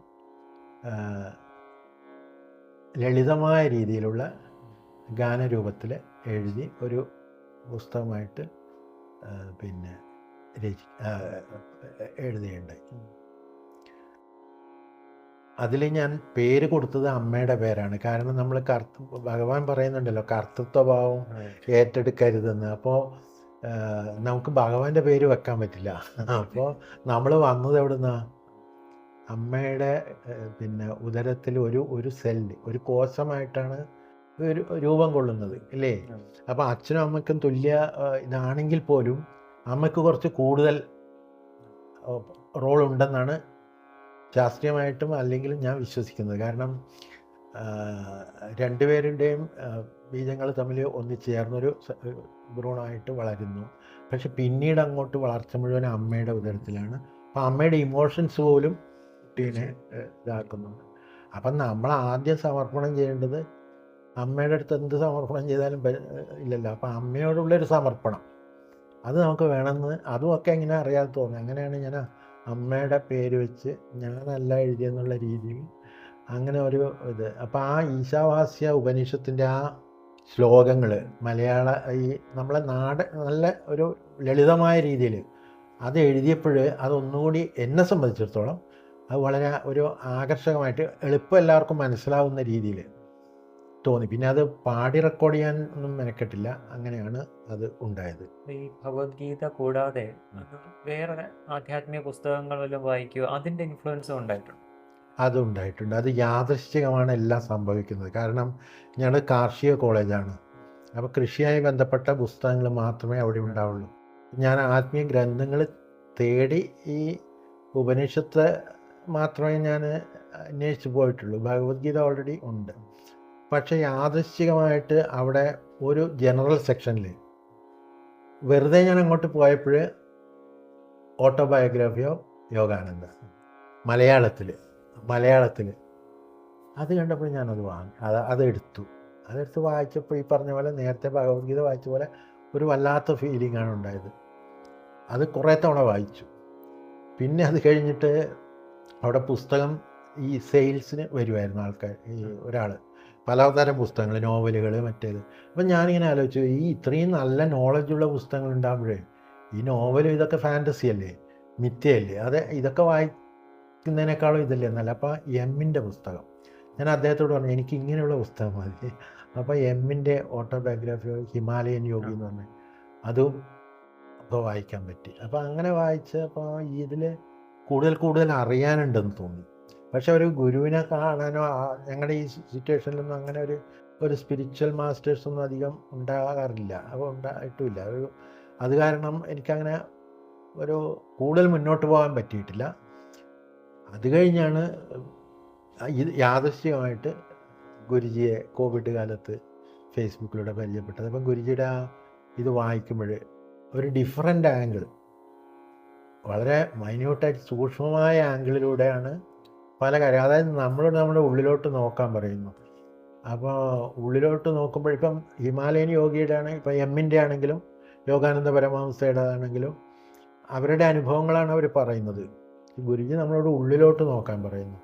ഉള്ളിലോട്ട് നോക്കിക്കഴിഞ്ഞാൽ നമുക്കത് പെട്ടെന്ന് നമുക്ക് എന്താ പറയുക, അങ്ങനെ അങ്ങ് പെട്ടെന്നൊരു പരിവർത്തനം പറ്റില്ലല്ലോ. അപ്പോൾ അതിങ്ങനെ ഗ്രാജുവലി നമ്മളിങ്ങനെ അത് എന്താ പറയുക, ഗുരുക്കന്മാരുടെ ജീവചരിത്രം വായിക്കുമ്പോൾ നമുക്ക് മോട്ടിവേഷൻ ഉണ്ടാവും, പക്ഷെ അത് നമ്മളെ ഇൻഫ്ലുവൻസ് ചെയ്യും. പക്ഷെ നമ്മുടെ ഉള്ളിലേക്ക് നോക്കിയാൽ മാത്രമേ നമുക്കും ആ പാതയിൽ പിന്തുടരാൻ പറ്റുള്ളൂ. ചിലപ്പോൾ അതായിരിക്കാം ഈ ഗുരുജിയുടെ റൈറ്റിങ്സിലൂടെ അങ്ങനെ ഒരു കുറേ ഇൻഫ്ലുവൻസ് വന്നിട്ടുണ്ടാവുക. അത് ആ ഒരു റൈറ്റിങ്സ് അങ്ങയിൽ എത്രത്തോളം അങ്ങയുടെ ഉള്ളിലേക്ക് സഞ്ചരിക്കാൻ സ്വാധീനിച്ചിട്ടുണ്ട്? അത് പിന്നെ പെട്ടെന്ന് നമുക്ക് എന്താ പറയുക, ഉള്ളിലിങ്ങനെ അബ്സോർബ് ചെയ്യാൻ പറ്റുന്ന അത്രയും ലൈറ്റായിട്ടുള്ളതല്ല. അപ്പോൾ അത് കുറേ ഇങ്ങനെ മനനം ചെയ്ത് ഒക്കെ ചെയ്യണം. പിന്നെ അതിൽ നിന്നാണ് എനിക്ക് മനസ്സിലായത്, വായിക്കുന്നതുകൊണ്ട് മാത്രം കാര്യമില്ല, നമ്മൾക്കൊരു ആന്തരിക പരിവർത്തനം, നമ്മുടെ ഉള്ളിലുള്ള ഇത് കുറേ ഗുണങ്ങൾ മാറ്റണമല്ലോ. അതായത് ഗീതയിൽ തന്നെ പറയുന്നുണ്ട്, ദേവി സമ്പത്ത്, ആസുരിക സമ്പത്ത്, ദൈവാസുര സമ്പത്ത് യോഗം എന്ന് പറഞ്ഞിട്ട് ചാപ്റ്റർ 16 or 17 കണ്ടാണ്. അപ്പോൾ അതിൽ ആ ഗുണങ്ങൾ നമ്മൾ വർദ്ധിപ്പിച്ച് കൊണ്ടുവരണം.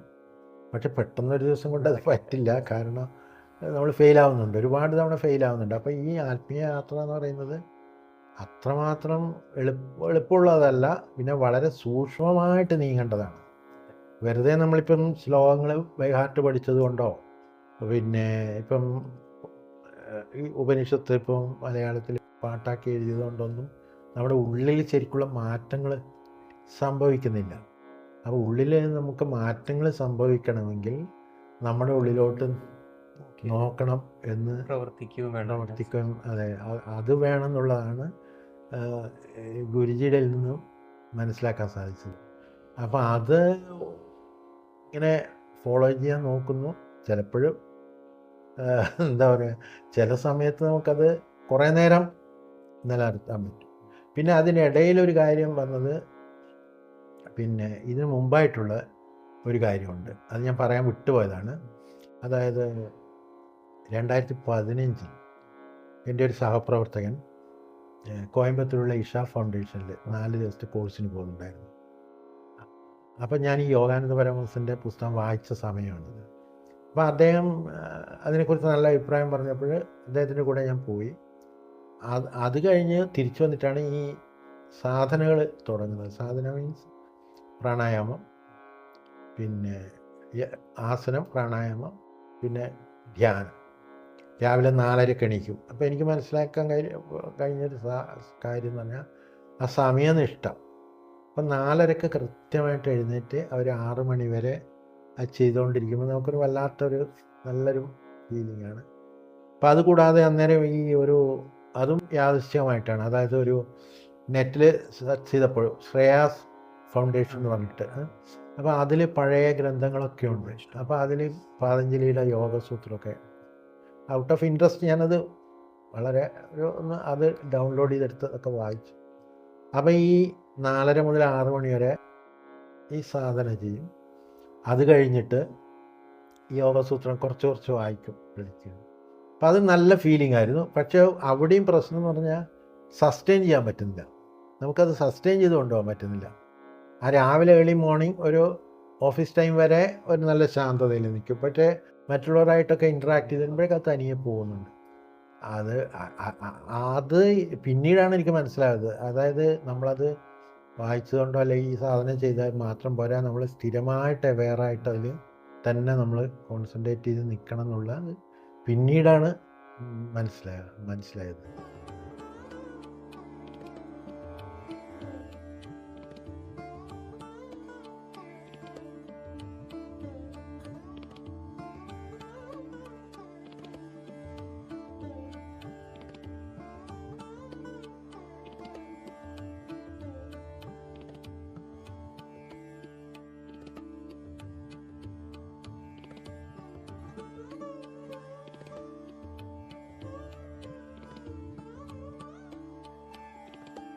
നമ്മൾ സാധാരണ ലോകത്തിലേക്ക് നോക്കുമ്പോൾ, ഭൗതിക ലോകത്തിലേക്ക് നോക്കുമ്പോൾ എല്ലാവരുടെയും ഒരു ലക്ഷ്യം എന്ന് പറയുന്നത്, അല്ലെങ്കിൽ മാതാപിതാക്കൾ തൻ്റെ മക്കളിൽ നിന്ന് ആഗ്രഹിക്കുന്നത് പഠിക്കുക, അല്ലെങ്കിൽ ഉന്നത പഠനത്തിലേക്ക് പോവുക, ജോലി നേടുക, കുടുംബജീവിതത്തിലേക്ക് പോവുക. ആ ഒരു സാമൂഹ്യമായിട്ടുള്ളൊരു ചുറ്റുപാടാണ് എല്ലാവരും ഫോക്കസ് ചെയ്യുന്നത്.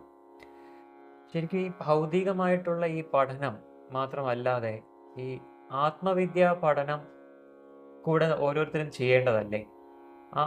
അതുകൂടെ നേടിയാലല്ലേ നമ്മളുടെ ആ ഒരു ലക്ഷ്യം, യഥാർത്ഥ ലക്ഷ്യത്തിലേക്ക് എത്താൻ സാധിക്കുകയുള്ളൂ. അങ്ങയുടെ കാഴ്ചപ്പാട് നോക്കുമ്പോൾ അതിനെക്കുറിച്ചൊന്ന് പറയാമോ? ഇപ്പോഴത്തെ ലോകത്തിന് കൊടുക്കാനുള്ള ആ ഒരു സന്ദേശം കൂടെ ആയിട്ട്. തീർച്ചയായിട്ടും ബാലുജി, അതായത് പിന്നെ നമ്മുടെ അനുഭവം വെച്ച് പറയാം. നോക്കുമ്പോൾ നമുക്ക് എങ്ങനെയോ അല്പം ചില കാര്യങ്ങൾ ആത്മീയതയെക്കുറിച്ചൊക്കെ ഇപ്പോഴും മനസ്സിലാക്കാൻ സാധിക്കും. പക്ഷേ ബാലുജി സൂചിപ്പിച്ചതുപോലെ നേരത്തെ, അതായത് കുട്ടികളിൽ നേരത്തെ തന്നെ ഈ ഒരു ആത്മീയത എന്ന് പറയുമ്പോൾ എന്തോ വലിയൊരു കഠിനമായ ഒരു സംഭവമാണെന്നുള്ള രീതിയിലാണ് പലരും കാണുന്നത്. പക്ഷേ നമുക്ക് ഇപ്പോഴും തിരിഞ്ഞു നോക്കുമ്പോഴേ എനിക്ക് തോന്നുന്നത്, എന്തായാലും ആ ഒരു ആത്മീയതയുടെ പ്രാധാന്യം അത് വളരെ ലളിതമായിട്ട് കുട്ടികൾക്ക് മനസ്സിലാകുന്ന രീതിയിൽ, ഞാൻ നേരത്തെ പറഞ്ഞ പോലെ ഈ പാട്ട് രൂപത്തിലോ, കാരണം കുട്ടികൾക്ക് പാട്ടുകളാണ് നല്ല ഇഷ്ടം. അപ്പോൾ ഈശാവാസി ഉപനിഷത്തൊക്കെ പാട്ടിൻ്റെ രൂപത്തിൽ കുട്ടികൾ പാടി അതിൻ്റെ ആ തത്വം മനസ്സിലാക്കുക. ആ രീതിയിൽ ഒരു കഥകൾ ആകുമ്പോൾ കുട്ടികളത് കഥകളായിട്ട് ഒരു സീരിയസ്നെസ് ഉണ്ടാവില്ല. അപ്പോൾ ഇത് ഒരു എന്താ പറയുക, ആ സ്കൂൾ കാലഘട്ടത്തിൽ തന്നെ അടിച്ചേൽപ്പിക്കുന്ന രീതിയിലല്ല, കുറച്ച് കുറച്ച് കാര്യങ്ങളൊക്കെ ഇത് മനസ്സിലാക്കണം. കാരണം നമ്മളെ ലൈഫിൻ്റെ ലക്ഷ്യം എന്താണ്, പിന്നെ പാസ്റ്റ് ലൈഫ് ഉണ്ടോ, അതിപ്പോൾ പലരും തർക്കം പറയുന്നുണ്ട്. പക്ഷേ പ്രൂവണാണ്, അതായത് പല ജന്മങ്ങളും ഉണ്ടെന്നുള്ളത്. അപ്പോൾ കർമ്മഫലത്തെക്കുറിച്ചൊക്കെ ഒരു കുട്ടികൾക്ക് മനസ്സിലാക്കാൻ പറ്റുവാണെങ്കിൽ ആ കുട്ടികൾ ചെയ്യുമ്പോൾ, ഓരോ കർമ്മം ചെയ്യുമ്പോഴും അത് കൂടുതൽ ശ്രദ്ധിക്കുമല്ലോ. അപ്പോൾ അങ്ങനെ തന്നെ കുറേ കാര്യങ്ങൾ നമുക്ക്, കുറേ പ്രശ്നങ്ങൾ നമുക്ക് ഒഴിവാക്കാൻ പറ്റും. കുട്ടികൾക്ക് കുറച്ചുകൂടി ആത്മവിശ്വാസം ഇതെല്ലാം ഉണ്ടാക്കാൻ സാധിക്കും. പക്ഷേ എന്തോ ആ ഒരു ആത്മീയത അല്ലെങ്കിൽ ആത്മീയതയെക്കുറിച്ചുള്ള ആ ഒരു ബോധവൽക്കരണം കുട്ടികളിൽ ഇല്ലാത്തത് കൊണ്ട് ഒരുപാട് പ്രശ്നങ്ങൾ നേരിടുന്നുണ്ട്. അതിനുള്ള പോം വഴികൾ ഇപ്പം മാതാപിതാക്കൾ തന്നെയാണ് അതിൽ മുൻകൈ എടുക്കുകയും ഒക്കെ ചെയ്യേണ്ടത്. അത് ശരിക്കും കുട്ടികളെന്ന് പറയുന്ന ഭാവിയുടെ ഒരു വാഗ്ദാനം, അല്ലെങ്കിൽ ഭാവി തലമുറയെ സൃഷ്ടിക്കുന്ന തന്നെ ഒരു കുട്ടികളാണല്ലോ. അതെ അതെ അതെ അതെ. അപ്പം ആത്മബോധം ഉള്ള ഒരു വിദ്യാർത്ഥി അല്ലെങ്കിൽ ഒരു കുട്ടി വളർന്നു വരുന്നതും ഒരു സാധാരണ ഒരു ഭൗതികമായിട്ട് വളർന്നു വരുന്നതും വേറൊരു സൊസൈറ്റിയെ ക്രിയേറ്റ് ചെയ്യാണ് ഓട്ടോമാറ്റിക്കലായിട്ട്. ആ ഒരു രീതിയിൽ ചിന്തിക്കുന്ന ഒരു സാധകരുടെ ഒരു കൂട്ടായ്മ തന്നെ ക്രിയേറ്റ് ചെയ്യുന്ന ഒരു രീതിയായിരിക്കും ചെറുപ്പത്തിലെ ആ കുഞ്ഞുങ്ങൾക്ക് ഒരു ആത്മവിദ്യ പകർന്നു നൽകിയാൽ സാധിച്ചാൽ. തീർച്ചയായിട്ടും. കാരണം ആത്മീയത എന്ന് പറയുമ്പോൾ നമ്മുടെ കാഴ്ചപ്പാടത്തിൽ തന്നെ കുറച്ച് മാറ്റങ്ങൾ. ഒരു ഉദാഹരണം പറയുകയാണെങ്കിൽ ഇപ്പം തന്നെ ഇപ്പോൾ അയോധ്യയിൽ രാമക്ഷേത്രത്തിൽ പ്രാണപ്രതിഷ്ഠ നടക്കുന്നു. ഒരു ഉദാഹരണം പറയുകയാണ് ഇപ്പോഴത്തെ സംഭവം. അപ്പോൾ അത് നമ്മൾ ഒരു ആത്മീയതയിലൂടെ ചിന്തിക്കുമ്പോൾ ആദികാവ്യമാണ് രാമായണം. അപ്പോൾ അതിൽ പുഷ്പക വിമാനത്തെക്കുറിച്ച്, ലോകത്തിൽ ആദ്യമായിട്ടുള്ള ആദി കാവ്യത്തിലാണ് പുഷ്പക വിമാനത്തെക്കുറിച്ച് പറയുന്നത്. അപ്പോൾ അതേ വാത്മീകി മഹർഷിയുടെ പേരിലൊരു വിമാനത്താവളം വരുന്നു. ഇല്ലേ, ഇതൊക്കെ ആര് നിശ്ചയിക്കുന്നതാണ്? പക്ഷെ പലരും എന്താണ് അതിനെക്കുറിച്ച് അങ്ങോട്ടും ഇങ്ങോട്ടും തർക്കിച്ചുകൊണ്ടിരിക്കുകയാണ്. നമ്മളതിൻ്റെ നല്ല വശമാണല്ലോ കാണേണ്ടത്. അപ്പം ഈ ആത്മീയതയിൽ വരുമ്പോൾ നമുക്കെപ്പോഴും ഒരു പോസിറ്റീവ് ലൈനിൽ ചിന്തിക്കാൻ പറ്റും. അപ്പോൾ അതുമായി ബന്ധപ്പെടുത്തി ഒരു കാര്യം കൂടി പറയാം. അതായത് ഇപ്പോൾ അവിടെ ശ്രീരാമൻ്റെ പ്രാണപ്രതിഷ്ഠ നടക്കുകയാണ്. അപ്പോൾ അവിടെ പോകുന്നവരും ചെയ്യേണ്ട ഒരു കാര്യം, കാരണം അവിടെ ആർക്കിയോളജി വകുപ്പ് ഉദ്ഖനനം ചെയ്ത് കണ്ടെത്തിയ ഒരു ഫലകത്തിൽ പറയുന്നുണ്ട്, 10 തലയുള്ള രാവണനെ വധിച്ച മഹാവിഷ്ണുവിന് സമർപ്പിക്കുന്നു. സംസ്കൃതത്തിലുള്ള പല വാക്യങ്ങളിലൂടെ അങ്ങനെ ഒരു. അപ്പം ഞാനിങ്ങനെ പെട്ടെന്ന് അതിനെക്കുറിച്ച് ഒന്ന് ചിന്തിച്ചപ്പോഴും മനസ്സിലായത്, നമുക്ക് ഉള്ളിൽ മനസ്സിലാക്കാൻ തോന്നിയ കാര്യം എന്ന് പറഞ്ഞാൽ, നമ്മളൊരു ദിവസം നമ്മുടെ ഉള്ളിലെ അഹം 10 തവണ പുറത്തു വന്നാൽ നമ്മൾ രാവണന്മാരായില്ലേ? അയോധ്യ പോയതുകൊണ്ട് മാത്രം കാര്യമുണ്ടോ? അല്ല, നമുക്ക് ആ ഒരു രീതിയിലൊക്കെ ആ ഒരു പോസിറ്റീവ് ലൈനിലൂടെ നമുക്കൊരു ചിന്തിക്കാനുള്ള പക്ഷേ അതൊന്നും ഇപ്പം മീഡിയയിലൊക്കെ ആ രീതിയിലൊന്നും വരുന്നില്ല. അത് പോണോ വേണ്ടയോ ആ രീതിയിലൊക്കെയാണ് പോകുന്നത്. അപ്പം നമ്മളെല്ലാത്തിനും ഒരു പോസിറ്റീവായിട്ട് കാണാനുള്ള ഇത് ആത്മീയതയിൽ വരുമ്പോൾ പൊതുവെ നമ്മളെ കാഴ്ചപ്പാട് തന്നെ മാറുന്നതായിട്ട് വരും. അപ്പോൾ ഇതൊരു ഉദാഹരണം പറഞ്ഞത് മാത്രം. പിന്നെ മാത്രമല്ല ലൈറ്റ്നെസ്, നമുക്കൊരു പ്രശ്നങ്ങൾ വരുമ്പം, പ്രശ്നങ്ങളില്ലാതിരിക്കില്ല, പക്ഷെ അതിനെ നേരിടുന്നതിനുള്ള, ഇപ്പോൾ എൻ്റെ തന്നെ അനുഭവത്തിൽ പറയുകയാണെങ്കിൽ എനിക്ക് യാത്ര ചെയ്യാനൊക്കെ ബുദ്ധിമുട്ടാണ്. ഒരു റൂമിനകത്ത് തന്നെ കഴിയേണ്ട അവസ്ഥയാണ്. പക്ഷെ ഞാനതിനെ എന്താ പറയുക, അത്ര ആങ്ഷ്യസ് ആയിട്ടോ അല്ലെങ്കിൽ ആങ്സൈറ്റി, ഉത്കണ്ഠയോ അല്ലെങ്കിൽ അങ്ങനെ ഒരു ഡിപ്രഷനോ ആ സ്റ്റേജിലേക്ക് പോകാതെ ഇരിക്കുന്നത് ഈ മീ ടു മീ മെഡിറ്റേഷൻ സെൻറ്ററിലെ ഈ കൂട്ടായ്മയുടെ അതും ഗുരുജിയുടെ ആ സത്സംഗങ്ങളിലും ഇതിലും കൂടി കടന്നു പോകുന്നതുകൊണ്ടാണ്. അതൊരു ലൈറ്റായിട്ട് നമുക്ക് എന്തെല്ലോ പ്രശ്നങ്ങൾ പലർക്കും കാണും, പക്ഷെ അങ്ങനെയുള്ള പ്രശ്നങ്ങളൊക്കെ നമുക്ക് ലൈറ്റായിട്ട് എടുക്കാൻ സാധിക്കുന്നത് ഈ ആത്മീയമായിട്ട് അല്പമെങ്കിലും അതിൻ്റെ അടുത്തൂടെ വന്നതുകൊണ്ടാണ്. അല്ലെങ്കിൽ നമ്മൾ ഭയങ്കര ടെൻഷനിലായി വളരെ ബുദ്ധിമുട്ടി പോകേണ്ടി വന്നേനെ. അപ്പോൾ അതാണ് ഒരാളുടെ ജീവിതത്തിൽ സംഭവിക്കുന്നതൊന്നും യാദൃശ്ചികമല്ല എന്ന് പറയാൻ കാരണവും ചിലപ്പോൾ അതായിരിക്കും. അപ്പം അങ്ങയുടെ ജീവിതം തന്നെ നോക്കിയാൽ അങ്ങയുടെ ജീവിതത്തിൽ സംഭവിക്കുന്ന ഓരോ കാര്യത്തിനും എന്തെങ്കിലും ഒരു കാരണം ഉണ്ടാവും. അത് ചിലപ്പം ഈശ്വര നിയോഗമായിരിക്കാം. ഈ ഒരു പാതയിലൂടെ കൂടുതൽ ഉള്ളിലേക്ക് ഇറങ്ങി ആ തൻ്റെ സത്യത്തെ നേടുക എന്നുള്ളതിനുള്ള, കണ്ടെത്തുക എന്നുള്ളതിനുള്ള ഒരു ഈശ്വര നിശ്ചയം തന്നെ ആയിരിക്കൂലേ അങ്ങയുടെ ജീവിതത്തിൽ സംഭവിക്കുന്ന ഓരോ കാര്യങ്ങളും? എല്ലാവരുടെ ജീവിതത്തിലും അത് തന്നെ ആയിരിക്കാം. പക്ഷെ ചിലവർക്ക് ആത്മീയതയിൽ പെട്ടെന്ന് മുന്നേറാൻ പറ്റുന്നു. അന്നത്തെ പൂർവജന്മ അവരുടെ ഫലം കൊണ്ടായിരിക്കും. അറ്റ്ലീസ്റ്റ് ആ വഴിയിലെത്തി എന്നുള്ളതിന് ഒരു വലിയ കാര്യം. ഒരു മാറ്റങ്ങളൊന്നും വലുതായിട്ട് സംഭവിച്ചിട്ടില്ലെങ്കിലും അതിലേക്ക് എത്തിപ്പെടാൻ ഇങ്ങനെ അതായത് ഒരു വാതിൽ തുറന്ന്, ഒരു ഇരുണ്ട മുറിയിൽ നിന്ന് ഒരു വാതിൽ തുറന്ന് അപ്പുറം ലോകം ഉണ്ടെന്ന് ഗുരുജിയുടെ പല ഇതിലും കാണുന്നത് പോലെ അങ്ങനെയൊന്നും ഉണ്ടെന്നുള്ള തിരിച്ചറിവ് തന്നെ നമുക്ക് ഒരു ഗുണം ചെയ്യുന്നതാണ്. അപ്പോൾ ആ രീതിയിൽ നമ്മളതിനെ കാണാൻ ശ്രമിക്കുകയും പിന്നെ മാറ്റങ്ങൾ പെട്ടെന്ന് നമുക്ക് ആത്മീയതയിൽ ഒരു ദിവസം കൊണ്ടോ 2 ദിവസം കൊണ്ടോ ഒന്നും മാറ്റം വരുത്താൻ പറ്റില്ല, ഒരു ജന്മം കൊണ്ടോ പറ്റില്ല. അപ്പോൾ നമ്മൾ ഒരു ചെറിയൊരു മാറ്റമെങ്കിലും നമുക്ക് കൊണ്ടുവരാൻ സാധിച്ചാൽ അതാണ് അതിൻ്റെ കാര്യം. അപ്പോൾ അതിന് കഠിന പ്രയത്നം വേണം. അത് ഓരോരുത്തർക്കും ഓരോ രീതിയായിരിക്കും. അപ്പോൾ ആ രീതികളനുസരിച്ച് ഒരു അക്സെപ്റ്റൻസ് ആദ്യം വന്നു കഴിഞ്ഞാൽ നമ്മുടെ ജീവിതത്തെക്കുറിച്ചും ഇതിനെല്ലാം അക്സെപ്റ്റൻസ് വന്നു കഴിഞ്ഞാൽ ബാക്കിയെല്ലാം ആ ഒരു ഫ്ലോയിൽ നടക്കും എന്നുള്ളതായിരിക്കും.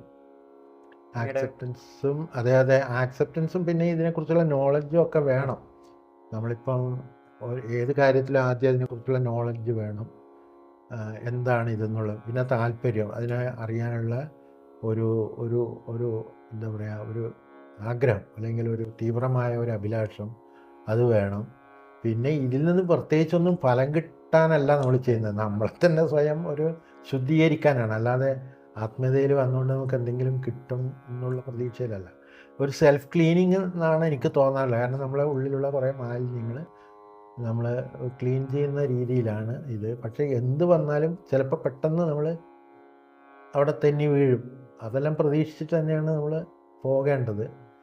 അങ്ങനെ മുന്നോട്ട് പോകാൻ ശ്രമിക്കുന്ന ഒരു സാധാരണ ജീവിതത്തിലേക്ക് കാലെടുത്ത് വെച്ച ഒരു വ്യക്തി മാത്രമാണ് ഞാൻ. നമ്മുടെ ജീവിതത്തിൽ തന്നെ സ്വയം തിരിച്ചറിഞ്ഞാൽ മാത്രമല്ലേ നമുക്ക് മുന്നോട്ട് പോകാൻ പറ്റും. എന്തൊക്കെ തടസ്സങ്ങളുണ്ട് എന്നുള്ളത് തിരിച്ചറിഞ്ഞാൽ മാത്രമേ നമുക്ക് നമ്മുടെ യാത്ര തുടരാൻ പറ്റൂ. അപ്പോൾ ഓരോ വീഴ്ചകളും ഓരോ തിരിച്ചറിവുകൾ തന്നെയായിരിക്കും. തീർച്ചയായിട്ടും. അപ്പം അതിനെ അക്സെപ്റ്റ് ചെയ്തുകൊണ്ട് കൂടുതൽ ഉള്ളിലേക്ക് സഞ്ചരിക്കുക എന്നുള്ളത് മാത്രമാണ് ഒരു സാധകന് ചെയ്യാൻ സാധിക്കുക. ആ തിരിച്ചറിവ് തന്നെ വലിയ കാര്യമാണ്. അല്ലെങ്കിൽ നമ്മൾ അറിയില്ല, തിരിച്ചറിവ് നമ്മൾ അറിയുന്നില്ല. നമ്മളെ മനസ്സിൻ്റെ ഓരോ കാര്യങ്ങൾ ഒക്കെ തിരിച്ചറിയുന്നില്ല എന്നുള്ളതാണ്. അപ്പോൾ അത് ഗ്രാജുവലി ഡെവലപ്പ് ചെയ്ത് തിരിച്ചറിഞ്ഞ് നമ്മൾ ഒരു ഇതിലേക്ക്, ആ പാത്തിലേക്ക് വന്ന് വളരെ സാവകാശത്തിൽ ക്ഷമയോടുകൂടി അങ്ങനെ പോകാൻ ഈശ്വര കടാക്ഷവും ഗുരുകൃപയും ഉണ്ടാകട്ടെ എന്ന് പ്രാർത്ഥിക്കുന്നു.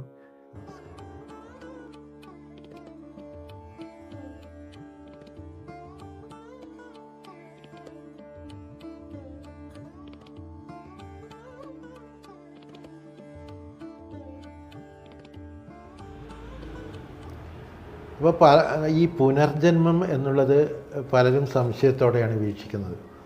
അപ്പോൾ പുനർജന്മം ഉണ്ടെന്നുള്ളത് നമ്മുടെ പുരാണങ്ങളിൽ, ഇതിഹാസങ്ങളിലും അല്ലെങ്കിൽ വേദങ്ങളിലുമൊക്കെ പറഞ്ഞിട്ടുണ്ട്. അപ്പോൾ ഈ പുനർജന്മം ഉണ്ടെന്ന് ഒരാൾ തിരിച്ചറിയുമ്പോൾ അദ്ദേഹത്തിൻ്റെ കർമ്മത്തിൽ ശ്രദ്ധിക്കും. അതാണ് അതുകൊണ്ടുള്ള ഏറ്റവും ഗുണം. പലരും പറയാറുണ്ട്, ഈ ഒരു ജന്മം മാത്രമല്ലോ, ഇത് അടിച്ചു പൊളിച്ചങ്ങ് ജീവിക്കുക. അതല്ലല്ലോ.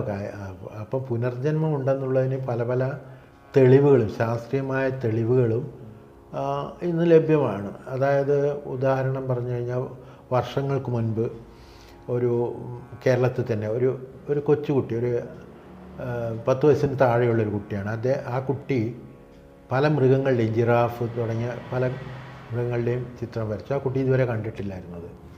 അപ്പോൾ അതെങ്ങനെ വന്നു? അപ്പോൾ ആ പാസ്റ്റ് ലൈഫ് മെമ്മറിയിൽ നിന്നാണ് അത് വന്നിരിക്കുന്നത്. അതുപോലെ പല കുട്ടികളും, ഇപ്പം ഒരു കുട്ടി അമേരിക്കയിൽ അത് വലിയൊരു സൃഷ്ടിച്ചതാണ്. അതായത് ആ കുട്ടി എയ്റോപ്ലെയിനെ കുറിച്ച് വളരെ ടെക്നിക്കലി സംസാരിക്കാൻ തുടങ്ങി. അപ്പോൾ ആ വിമാനാപകടത്തിലാണ് കഴിഞ്ഞ ജന്മത്തിൽ അദ്ദേഹം മരിച്ചത്. അത് പിന്നീട് കുറേ ഗവേഷണത്തിന് ശേഷമാണ് വരുന്നത്. അപ്പോൾ ചുരുക്കി പറഞ്ഞാൽ, ഈ ഗവേഷണങ്ങൾ നടത്തിയിട്ട് അവർ അവസാനം കൊണ്ടുവരുന്നത് ഭാരതത്തിലെ ഹിന്ദുമതത്തിലും ബുദ്ധമതത്തിലുമൊക്കെ പുനർജന്മം ഉണ്ടെന്നുള്ള അതിനോട് കണക്ട് ചെയ്താണ് പറയുന്നത്. അപ്പോൾ പുനർജന്മം ഉള്ളത് കൊണ്ടാണ് നമ്മൾ പുനർജന്മം ഉണ്ടെന്ന് വിശ്വസിക്കുമ്പോഴാണ് നമ്മൾ കുറച്ചുകൂടി നമ്മളെ കർമ്മങ്ങളിൽ ശുദ്ധി കുറച്ചുകൂടി നമ്മൾ ശ്രദ്ധിക്കുന്നത്. പക്ഷേ അതൊക്കെ കുട്ടികൾ നേരത്തെ മനസ്സിലാക്കേണ്ടതാണ്. അന്ധവിശ്വാസമാണെന്ന് പറഞ്ഞ് മാറ്റി നിർത്തേണ്ടതല്ല ഈ പുനർജന്മം. ഓക്കെ, ഇപ്പം ഇതുപോലെ തന്നെ മെനി ലൈഫ് മെനി മാസ്റ്റേഴ്സ്, ഇങ്ങനെ പല പുസ്തകങ്ങളിപ്പം വരുന്നുണ്ട്. ഇതിപ്പോൾ ഒരു ഫേമസ് ഒരു സൈക്യാട്രിസ്റ്റിൻ്റെ ഒരു പുസ്തകമാണ്, അദ്ദേഹത്തിൻ്റെ ഒരു പേഷ്യൻ്റുമായിട്ടുള്ള അനുഭവത്തിൽ നിന്ന്. സൂചിപ്പിച്ചു ഗുരുജിയുടെ രചനകൾ ഒരുപാട് സ്വാധീനിച്ചിട്ടുണ്ടെന്ന് പറഞ്ഞു. നമ്മുടെ ആ ഗ്രൂപ്പ് ഉണ്ടല്ലോ, വാട്സപ്പ് ഗ്രൂപ്പ്, മീറ്റ് മീ ധ്യാനകേന്ദ്രത്തിൻ്റെ ആ വാട്സപ്പ് ഗ്രൂപ്പിൽ ഡെയിലി ഇതുപോലത്തെ കുറേ തോട്ട്സ് വരുന്നുണ്ട്, കുറേ രചനകൾ വരുന്നുണ്ട്.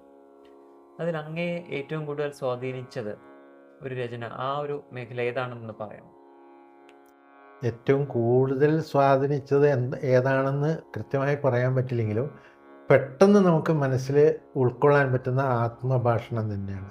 ഞാൻ രാവിലെ എഴുന്നേറ്റ ഉടനെ ആദ്യം നോക്കുന്നത് ഈ വാട്സപ്പ് മെസ്സേജുകളാണ്. കാരണം നമുക്കൊരു പോസിറ്റീവായിട്ട് രാവിലെ ഒരു ദിവസം ആരംഭിക്കണമല്ലോ. പത്രം വായിച്ചു കഴിഞ്ഞാൽ ശരിയാവില്ല. അതുകൊണ്ട് ഈ ഇത് വരുന്നവരെ വെയിറ്റ് ചെയ്യും. അപ്പോൾ ആത്മഭാഷണത്തിലെ തത്വങ്ങൾ വളരെ ഡീപ്പാണെങ്കിലും ഒരു വായിക്കുമ്പോഴേ നമുക്ക് എളുപ്പം മനസ്സിലാവും. അതുപോലെ തന്നെ പ്രേമസാഗര സ്ഥീരെ മനസ്സിരുത്തി വായിക്കേണ്ടതാണ്.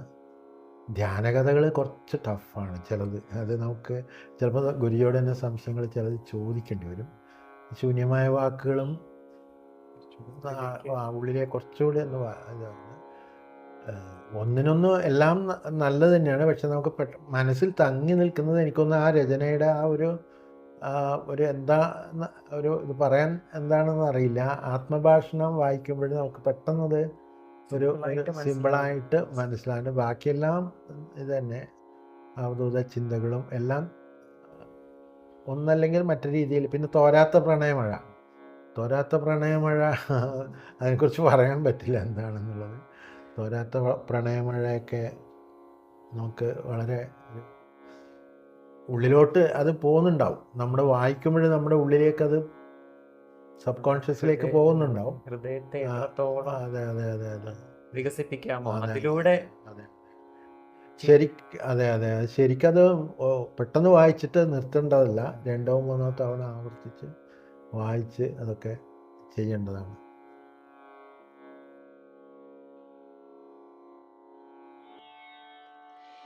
എന്തേ നീ വന്നീല കണ്ണാ,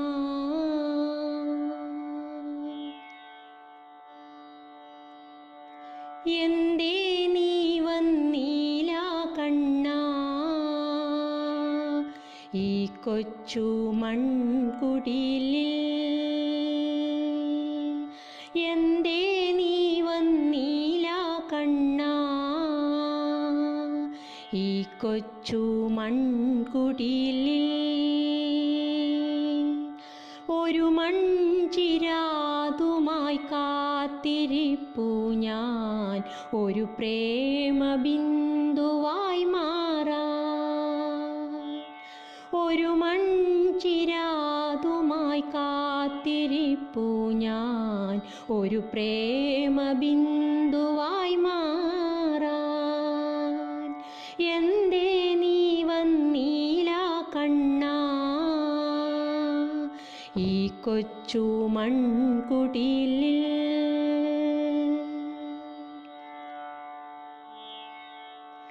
ദൂരെയാ കുഴൽ വിളി കേൾക്കുമ്പോഴെല്ലാം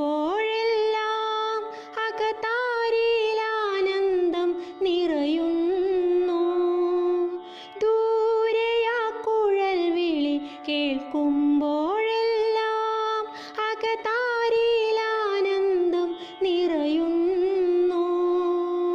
ആ പാദപത്മങ്ങൾ കണ്ടൊന്നു കൈ തൊഴാൻ അനുവദിക്കില്ലേ നീ ശ്യാമവർണ്ണ, അനുവദിക്കില്ലേ നീ ശ്യാമവർണ്ണ.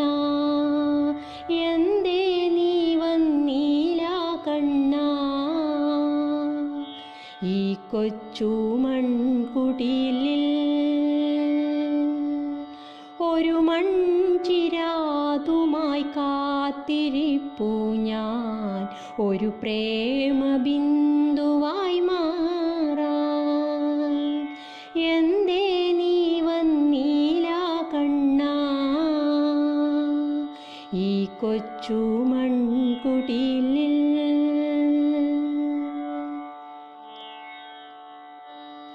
ഈ കുടിൽ തീർത്തതും നീയല്ലേ, പാൽവെണ്ണയുണ്ണുവാൻ നീ വരില്ലേ. ഈ കുടിൽ തീർത്തതും നീയല്ലേ, പാൽവെണ്ണയുണ്ണുവാൻ നീ വരില്ലേ.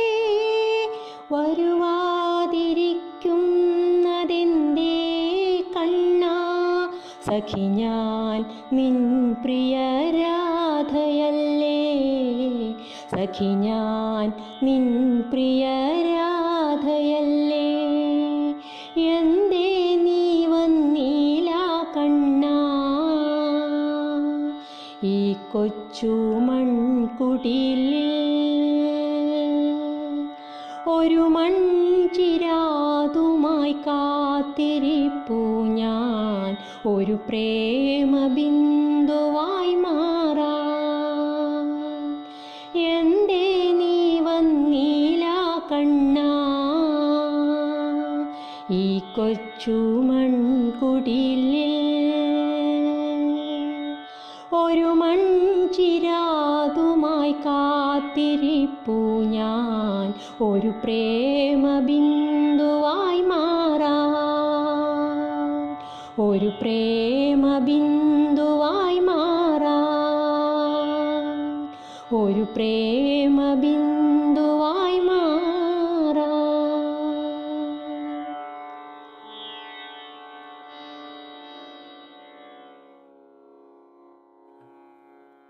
ഒരു ഭക്തനിൽ നിന്ന് ഒരു സാധകനിലേക്ക് മാറിയപ്പോൾ അങ്ങയുടെ മനസ്സിൽ ഉണ്ടായ ഒരു തിരിച്ചറിവ്, ശരിക്കും നമ്മൾ ഈശ്വരനെയാണോ അന്വേഷിക്കേണ്ടത് അതോ നമ്മളെ തന്നെ തിരിച്ചറിയുകയാണോ വേണ്ടത്? എനിക്ക് എൻ്റെ പരിമിതമായ അറിവ് വെച്ച് പറയുകയാണെങ്കിൽ ഈശ്വരനും നമ്മൾ വ്യത്യസ്തമല്ല, ഒന്ന് തന്നെയാണ്. നമ്മളെങ്ങനെ ഉൾക്കൊള്ളുന്നു എന്നുള്ളതാണ്. കാരണം ഈശ്വരൻ നമ്മുടെ ഉള്ളിൽ കുടികൊള്ളുന്നു എന്നാണല്ലോ പറയുന്നത്. അപ്പോൾ രണ്ടും ഒന്നാണ്. അപ്പം നമ്മൾ ഈശ്വരനെ അന്വേഷിക്കുമ്പോൾ നമ്മളെ തന്നെ അന്വേഷിക്കുന്നു, നമ്മളെ അന്വേഷിക്കുമ്പോൾ നമ്മൾ ഈശ്വരനെ നമ്മുടെ ഉണ്മ അതാണല്ലോ നമ്മൾ അന്വേഷിക്കുന്നത്. അപ്പോൾ അതിൽ വ്യക്തമായ ഒരു ഉത്തരം എനിക്ക് ഈ അവസരത്തിൽ പറയാൻ പറ്റും തോന്നില്ല. കാരണം നമ്മൾ ഈശ്വരനെ അന്വേഷിക്കുമ്പോൾ നമ്മളെ തന്നെ അന്വേഷിക്കുന്നു, നമ്മളെ ഉള്ളിലേക്ക് അന്വേഷിക്കുമ്പോൾ അവിടെ ഈശ്വരനെ കൂടി, രണ്ടും വ്യത്യസ്തമല്ല എന്നുള്ള ആ ഒരു കാഴ്ചപ്പാടാണ് ഇപ്പോഴെൻ്റെ മനസ്സിലുള്ളത്. അത് ശരിയാണോ തെറ്റാണോ എന്ന് അറിയില്ല. ചിലപ്പോൾ അതായിരിക്കും ഒരു സാധകൻ എന്നുള്ള രീതിയിൽ നമ്മൾ വന്ന മാറ്റം. സാധാരണ ഒരു ഭക്തനാണെങ്കിൽ ഒരു ഈശ്വരനെ അല്ലെങ്കിൽ അവൻ്റെ ഇഷ്ടമൂർത്തിയെ കാണുമ്പം അതിൽ ആരാധനയായിരിക്കാൻ തോന്നുന്നത്, ഒരു ഡിപ്പെൻഡൻസി ആയിരിക്കും അതിൽ വരുന്നത്. എന്നാൽ ഒരു സാധകൻ അതിൽ നിന്ന് നേരെ വ്യത്യസ്തനാണ്. ഈശ്വരനെ ആരാധിക്കുന്നു എങ്കിലും അവൻ അവൻ്റെ ഉള്ളിലേക്ക് തന്നെ നോക്കി അതിനെ തിരിച്ചറിയാൻ ശ്രമിക്കുകയാണ്, അതിനെ അനുഭവിക്കാൻ ശ്രമിക്കുകയാണ്. അതൊരു വ്യത്യാസം. അത് വ്യത്യസ്തം തീർച്ചയായിട്ടും. കാരണം ഗീതയിൽ തന്നെ അത് പറയുന്നുണ്ട്. ഭക്തിയോഗത്തിലാണോ എന്നറിയില്ല. അതായത് ദേവതകളെ ആരാധിക്കുന്നവർക്ക് അവരെന്താണോ ആഗ്രഹിക്കുന്നത് അത് ഞാൻ തന്നെയാണ് ആ ദേവതകളിലൂടെ കൊടുക്കുന്നത്. കാരണം ഈശ്വരൻ ഒന്നല്ലേ ഉള്ളൂ. പക്ഷെ അവർ ചെറിയ ചെറിയ കാര്യങ്ങളാണ് അന്വേഷിക്കുന്നത്, എന്നിലെത്താൻ അവർ ആഗ്രഹിക്കുന്നില്ല. അതുകൊണ്ട് എന്നെ ധ്യാനിക്കുന്നവർ എന്നിലെത്തും. അങ്ങനെ ഒരു ഇത് വളരെ സ്ട്രൈക്കിംഗ് ആയിട്ടുള്ള ഒരു കാര്യം അതിനകത്തുണ്ട്. പിന്നെ അത് കൂടാതെ ഈ ചോദ്യത്തിന്, അതായത് പറയാനുള്ളത് എന്താ ചോദ്യം മറന്നു കഴിഞ്ഞാൽ ചോദ്യം അല്ല അത് ഞാൻ പറഞ്ഞല്ലോ ഉത്തരം അല്ലേ. പിന്നെ ഒരു കാര്യം കൂടി എനിക്ക് തോന്നിയത്, അതായത് പിന്നെ ഭക്തി എന്ന് പറയുമ്പോൾ നമ്മളെപ്പോഴും ഒരു ഡിപ്പെൻഡൻസി എന്തായാലും വേണം നമുക്ക്. പക്ഷേ ഒരു ഭക്തൻ്റെ ആഗ്രഹങ്ങളെ പൂർത്തീകരിക്കുന്നത്, അല്ലെങ്കിൽ അവൻ എന്തൊക്കെയാണോ ആവശ്യപ്പെടുന്നത് അത് പിന്നെ സാധിച്ചു കൊടുക്കുന്ന ഒരു പൊതുവെ അങ്ങനെയാണ് കാണുന്നത്. പക്ഷെ നിഷ്കാമ ഭക്തി എന്ന് പറയുന്നുണ്ട്. അതായത് അകമഴിഞ്ഞ് സ്നേഹിക്കുക. അപ്പോൾ ആ ഭക്തിയും ഭക്തനും സാധകനും ഒന്നിക്കുന്ന ഒരു പോയിന്റ് ഉണ്ട്. അതായത് നിഷ്കാമ ഭക്തി എന്ന് പറയുമ്പോൾ ഇപ്പം എനിക്ക് മനസ്സിലായിട്ടുള്ള പൂന്താനത്തിനെ പോലെ ഒന്നും പ്രതീക്ഷിക്കുന്നില്ല, നിഷ്കാമ ഭക്തിയാണ്. അത് തന്നെയല്ലേ ഒരു സാധകനും ചെയ്യുന്നത്, അവൻ്റെ ഉണ്മ. അപ്പോൾ ആ ഒരു പോയിന്റിലെത്തുമ്പോഴേ ഒരു സാധകന് നിഷ്കാമ ഭക്തനും സാധകനും പിന്നെ ഭക്തി നിഷ്കാമ ഭക്തി അവിടെ ഭക്തി എന്നുള്ള പ്രയോഗം ഉപയോഗിക്കുന്നു. സാധകൻ എന്ന് പറയുമ്പോൾ പ്രണയം എന്നുള്ള ആ ഒരു പദം ഉപയോഗിക്കുന്നു. അത് ഈശ്വരനെ പ്രണയിക്കുകയാണ്. ഈശ്വരൻ മീൻസ് നമ്മുടെ ഉള്ളിൽ തന്നെയുള്ള ഈശ്വരനെ പ്രണയിക്കുന്നു, അൺകണ്ടീഷണൽ ലവ്. അതാണ്. മറ്റേത് ഡിവോഷൻ. അതെന്ന് വെച്ചാൽ എനിക്ക് തോന്നുന്നത് അല്പം കൂടി ഈശ്വരനോട് അല്ലെങ്കിൽ അടുക്കുന്നത് ആ സാധകൻ്റെ ലെവലിലാണ്. ഭക്തനും നിഷ്കാമ ഭക്തിയാണെങ്കിൽ അതും ഒരു സാധന തന്നെയാണ്. ഈ ആത്മഭാഷണം എന്ന് പറയുന്ന രചന നമ്മുടെ ഉള്ളിലെ ആ ഒരു പ്രണയത്തെ ഉണർത്തുന്ന ഒരു രചന തന്നെയാണ്. ഒരു സാധകന് ഈശ്വരനുമായിട്ട് കൂടുതൽ പ്രേമഭാവം ഉണർത്തുക എന്നുള്ളതാണ് അതിലൂടെ ഉദ്ദേശിക്കുന്നത്. അതും ഹെൽപ്പ് ചെയ്തിട്ടുണ്ടാവില്ല അങ്ങയുടെ യാത്രയിൽ? നേരത്തെ സൂചിപ്പിച്ചു ആ ആത്മഭാഷണം അത്രത്തോളം സ്വാധീനിച്ചു. ആത്മഭാഷണം വളരെ സ്വാധീനിച്ചിട്ടുണ്ട്. കാരണം പിന്നെ എൻ്റെ ഒരു എക്സ്പീരിയൻസ് പറയുകയാണെങ്കിൽ, ഞാൻ ഇതുവരെ പറഞ്ഞിട്ടുള്ളത്, ഞാൻ ഹോസ്പിറ്റലിൽ ട്രീറ്റ്മെൻറ്റ് പോകുന്ന സമയത്തായിരുന്നു ഈ ആത്മഭാഷൻ്റെ കവർ പേജ് ഇങ്ങനെ പബ്ലിഷ് ചെയ്തത്. അപ്പോൾ നമ്മളിപ്പം ധ്യാനിക്കുമ്പോൾ ഒന്നിക്കിൽ നമുക്ക് സ്വയം ഇങ്ങനെ ഒന്നുമില്ലാതെ, എന്താ പറയുക, നിർഗുണോപാസന ഒന്നും ഇല്ലാതെ, അല്ലെങ്കിൽ നമ്മളൊരു വ്യക്തമായ ഒരു വസ്തുവിനെ ധ്യാനിക്കാം ഇല്ലേ. അപ്പം ഞാനന്ന് ധ്യാനിച്ചുകൊണ്ടിരിക്കുന്നത്, ധ്യാനം എന്ന് പറയാൻ പറ്റുമെന്ന് അറിയില്ല, ധ്യാനിച്ചുകൊണ്ടിരുന്നത് ആത്മഭാഷണത്തിൻ്റെ ആ ഒരു കവർ പേജിലെ കൃഷ്ണരൂപവും തന്നെ ആലോചിച്ചുകൊണ്ടാണ്. അതുകൊണ്ട് ആ ട്രീറ്റ്മെൻറ്റ് സമയത്തോ അല്ലെങ്കിൽ അത് കഴിഞ്ഞിട്ടുള്ള സമയത്തൊക്കെ ഒരു നല്ലൊരു കാംനെസ് ഫീൽ ചെയ്തിട്ടുണ്ടായിരുന്നു. ഉള്ളത് പറയാണ്. അപ്പോൾ അവർ ഹോസ്പിറ്റലിൽ പോകുന്ന പോലെയല്ല എനിക്ക് തോന്നിയിട്ടുള്ളത്. ശരിക്കും ഒരു അമ്പലത്തിൽ പോകുന്ന പോലെ. പറഞ്ഞാൽ വിശ്വസിക്കില്ല, ഞാൻ ആരോടും ഇതുവരെ പറഞ്ഞിട്ടില്ല. പക്ഷെ ആ സമയത്തെ ടൈമിങ് കറക്റ്റായിരുന്നു ഇത് ആ കവർ പേജ് വന്നത്. അപ്പം ഞാൻ ആ ട്രീറ്റ്മെൻറ്റ് റൂമിലൊക്കെ കിടക്കുമ്പോൾ ആത്മഭാഷണത്തിൻ്റെ ആ ഫ്രണ്ട് കവർ പേജും ഗുരുജിയുടെ രൂപവും ഗുരുജിയുടെ പാദങ്ങളൊക്കെ നമസ്കരിച്ചാണ് അവിടെ കിടക്കുന്നത്. അതുകൊണ്ട് അല്ല, ഞാൻ പറഞ്ഞു വന്നത് ഈ ആത്മീയതയിൽ വന്നതുകൊണ്ട് നമുക്ക് എപ്പോഴാണ് എന്താണ് നമുക്ക് പ്രയോജനം എവിടെ നിന്നാണ് കിട്ടുന്നതെന്ന് പറയാൻ പറ്റില്ല. അത്രയും ഒരു കാംനെസ്സോടുകൂടി അവിടെ സസ്റ്റെയിൻ ചെയ്യാൻ പറ്റിയത് തീർച്ചയായിട്ടും അതുകൊണ്ടായി ആണെന്ന് ഞാൻ വിശ്വസിക്കുന്നു.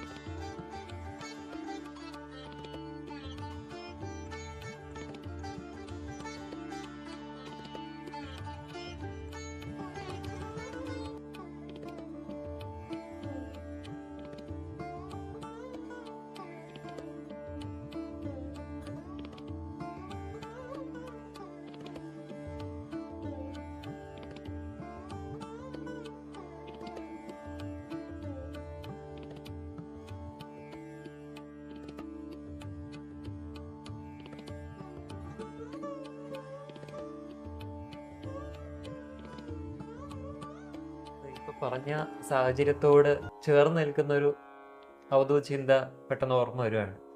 പരിസ്ഥിതി അല്ല മാറ്റേണ്ടത്, നമ്മുടെ മനസ്ഥിതിയാണ് മാറ്റേണ്ടത്. അത് എത്രത്തോളം ഉൾക്കൊണ്ട് ആ മാറ്റം വരുത്താൻ സാധിച്ചിട്ടുണ്ട്. അത് തന്നെയാണ് ഞാനിപ്പോൾ പറഞ്ഞു വന്നത്. എന്നിലറിയാതെ ഐ മീൻ ഈ ഒരു ഇൻഫ്ലുവൻസ് കൊണ്ടായിരിക്കും. ബോധപൂർവം നമുക്കിപ്പം നമ്മുടെ മനസ്ഥിതിയെ മാറ്റണമെന്ന് വിചാരിച്ചു കഴിഞ്ഞാൽ പറ്റില്ല. പക്ഷേ ഇതുപോലുള്ള വിശിഷ്ടമായ രചനകളൊക്കെ വായിക്കുമ്പോഴും നമ്മൾ അതിൻ്റെ തത്വം ഉൾക്കൊള്ളുമ്പോൾ നമ്മളിലൊരു ഒരു ഒരു ഒരു ഒരു- നമ്മളൊരു സത്യത്തിനെ വിദൂരമായിട്ടെങ്കിലും നമ്മൾ ഒരു കാണുമ്പോഴുള്ള ആ ഒരു ഇതായിരിക്കാം. അപ്പോൾ ആ മനസ്ഥിതി നമ്മളായിട്ട് മാറ്റാൻ ഉദ്ദേശിച്ചാൽ മാറില്ല. അപ്പോൾ അത് ആ സാധനയിലൂടെ ഒരു സ്വാഭാവികമായിട്ട് ആ മനസ്ഥിതി മാറേണ്ടതാണ്. ഞാനങ്ങനെ പ്രതീക്ഷിച്ചിട്ടൊന്നും അല്ല ഈ രീതിയിൽ. പക്ഷെ എന്നിലറിയാതെ അങ്ങനെ ഒരു ഇത് ഉണ്ടായിരുന്നു ആ സമയത്ത്. അപ്പം പരിസ്ഥിതി എന്ന് പറയുന്നത് ബാഹ്യമായതാണല്ലോ. അപ്പം മനസ്ഥിതി മാറിയാൽ പരിസ്ഥിതിയും മാറും എന്നാണ് എനിക്ക് തോന്നുന്നത്.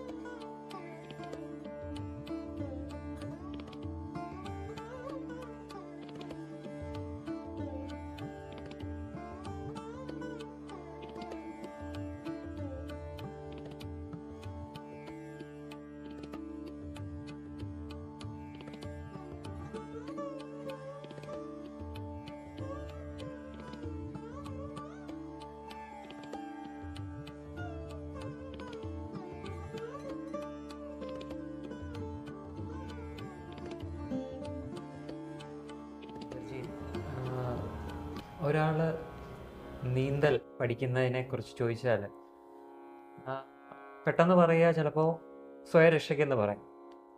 എന്നാൽ കുറച്ചും കൂടി സീരിയസ് ആയിട്ട് കാണുന്ന ഒരു വ്യക്തിയാണെങ്കിൽ അത് മറ്റുള്ളവർക്കും പ്രയോജനപ്പെടട്ടെ എന്നുള്ള രീതിയിലായിരിക്കാം അവൻ ചിന്തിക്കുന്നത്. നീന്തൽ പഠിക്കുന്നത് സ്വന്തമായിട്ട് മാത്രമല്ല, ബാക്കിയുള്ളവർക്കും പ്രയോജനം, അവരെയും രക്ഷിക്കാൻ വേണ്ടി എന്നുള്ള രീതിയിലാവാം. അപ്പം അന്ന് ഈശാവാസ്യ ഉപനിഷത്ത് എന്ന ആ മഹത് ഗ്രന്ഥം വായിച്ചപ്പോൾ അതിൻ്റെ പ്രയോജനം ബാക്കി സാധാരണക്കാർക്കും ഉണ്ടാവട്ടെ എന്നുള്ള രീതിയിലാണല്ലോ മലയാളത്തിലേക്ക് അതിനെ മാറ്റിയത്, തർജ്ജമ ചെയ്തത്. അപ്പം ആ ഒരു തർജ്ജമ ചെയ്യാനുണ്ടായ ഒരു സാഹചര്യം, അതും അതിൽ ഒന്ന് രണ്ട് ശ്ലോകങ്ങൾ അങ്ങേക്ക് സ്ട്രൈക്ക് ചെയ്യുന്ന ശ്ലോകങ്ങളെക്കുറിച്ചും അതും ഒന്ന് പറയാം. ഞാൻ തർജ്ജമ ചെയ്യല്ല ചെയ്തത്. മലയാള വ്യാഖ്യാനം കണ്ടപ്പോൾ അത് കവിതാരൂപത്തിലൊന്ന് മനസ്സിലാവുന്ന രീതിയിൽ ഒന്ന് അത് മാറ്റിയെടുത്താൽ കൊള്ളാമെന്ന് തോന്നി. അപ്പോൾ ഇതിലെ എല്ലാ ശ്ലോകങ്ങളും വളരെ ശ്രേഷ്ഠമാണ്. ഞാൻ ഒന്ന് രണ്ടെണ്ണം പറയാം. ഏറ്റവും കൂടുതൽ ഇപ്പം 7ാമത്തെ ശ്ലോകം, 18 ശ്ലോകങ്ങളാണുള്ളത്, ശാന്തി മന്ത്രം. അപ്പോൾ 7ാമത്തെ ശ്ലോകം, എനിക്ക് സംസ്കൃതം അങ്ങനെ അധികം അറിയില്ല, അപ്പോൾ ഉച്ചാരണ ശുദ്ധി എത്ര മാത്രം ഉണ്ടെന്നറിയില്ല. യസ്മീൻ 7ാമത്തെ ശ്ലോകം, യസ്മീൻ സർവാണി ഭൂതാനി ആത്മം ഏവ അഭൂത് വിജാനത തത്ര ക മോഹ ക ശോക ഏകത്വം അനുപശ്യതേ.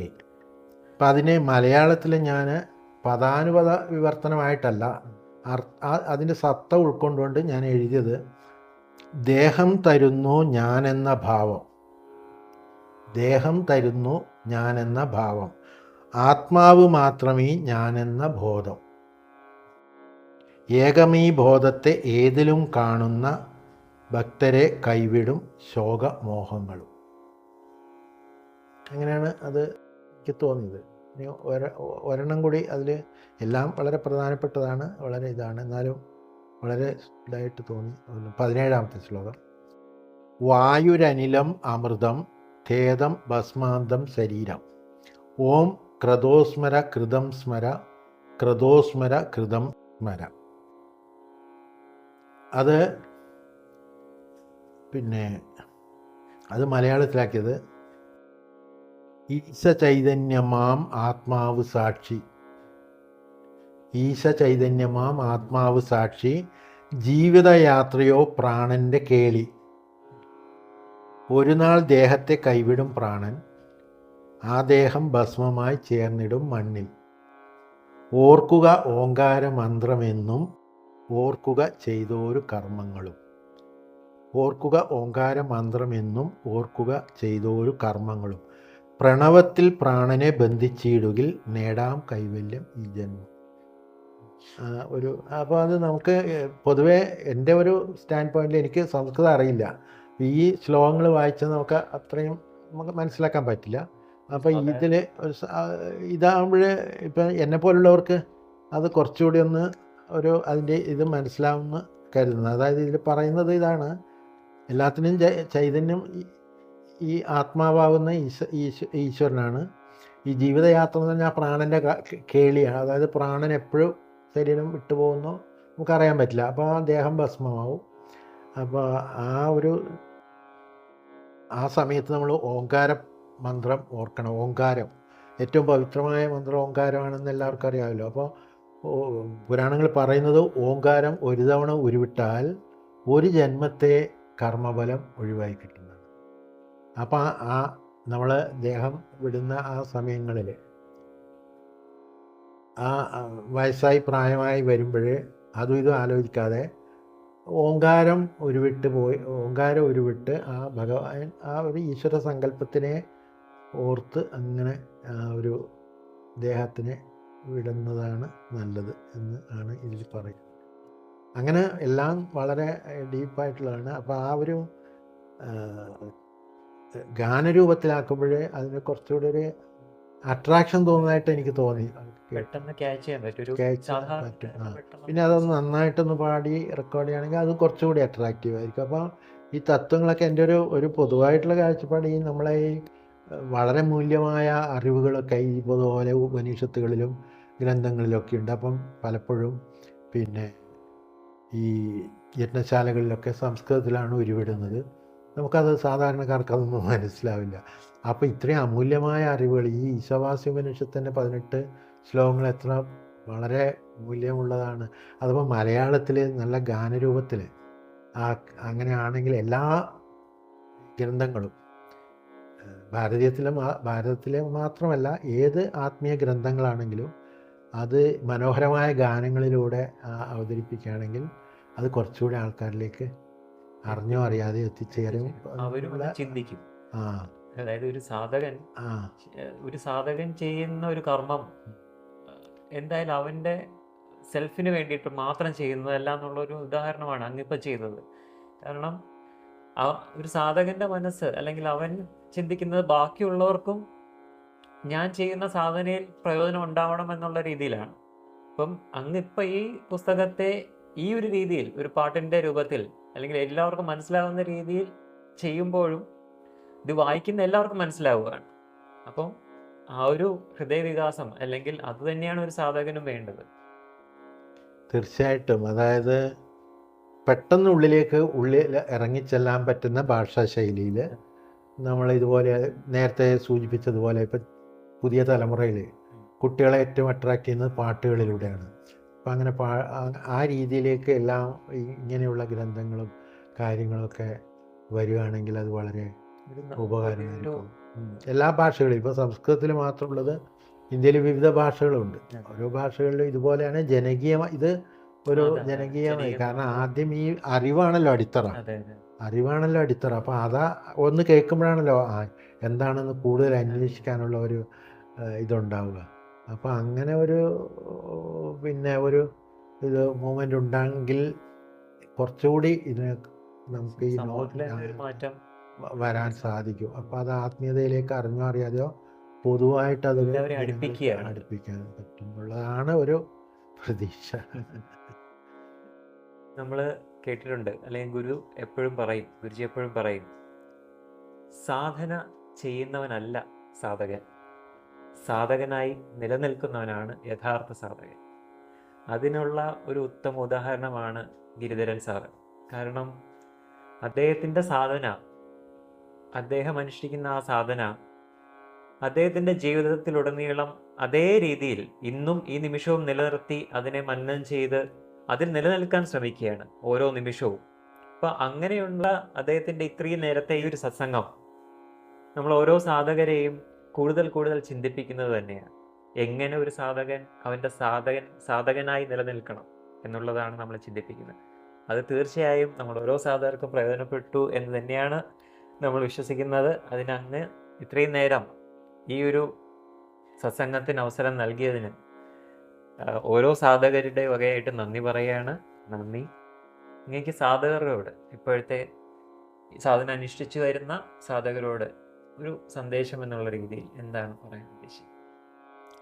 സാധന ചെയ്യുന്ന വ്യക്തികളോട് സാധന ഒരു ചിട്ടയോടുകൂടി അത് ചെയ്തു പോവുക എന്നുള്ളതാണ് വേണ്ടത്. ആ കൃത്യമായ സമയം നിഷ്ഠ വെച്ചിട്ട് ആ കൃത്യസമയത്ത് ആ സാധനയെ ഗൗരവത്തോടു കൂടി കണ്ടുകൊണ്ട് സാധന ചെയ്യുക. അതിൻ്റെ ഫലം നമ്മൾ ആഗ്രഹിക്കരുത്, അത് സാധന ചെയ്തു പോവുക എന്നുള്ളതാണ് പറയാൻ ഉള്ളത്. പിന്നെ കൂടുതൽ പേരെ ഈ ഫീൽഡിലേക്ക് നിർബന്ധപൂർവമല്ല, അറിഞ്ഞോ അറിയാതെയോ അങ്ങനെ നമുക്ക് പിന്നെ കൊണ്ടുവരാൻ സാധിക്കുമെങ്കിൽ അതും ഒരു വലിയ കാര്യമായിരിക്കും.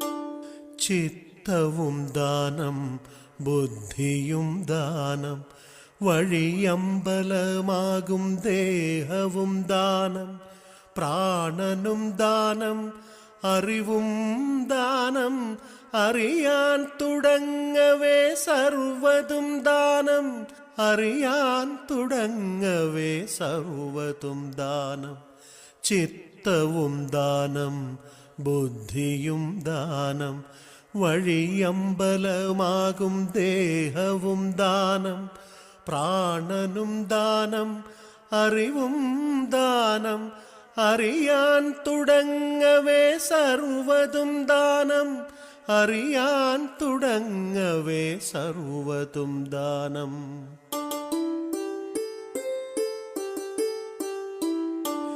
ചിന്താപ്രവാഹമായി മാറും മനസ്സോ ഞാൻ കർമ്മങ്ങൾ പലവിധം ചെയ്യും ശരീരമോ അഹമെന്ന ഭാവത്തെ പേറി നടന്നു ആത്മവെളിച്ചം കാണാതെ നിന്നു ആത്മവെളിച്ചം കാണാതെ നിന്നു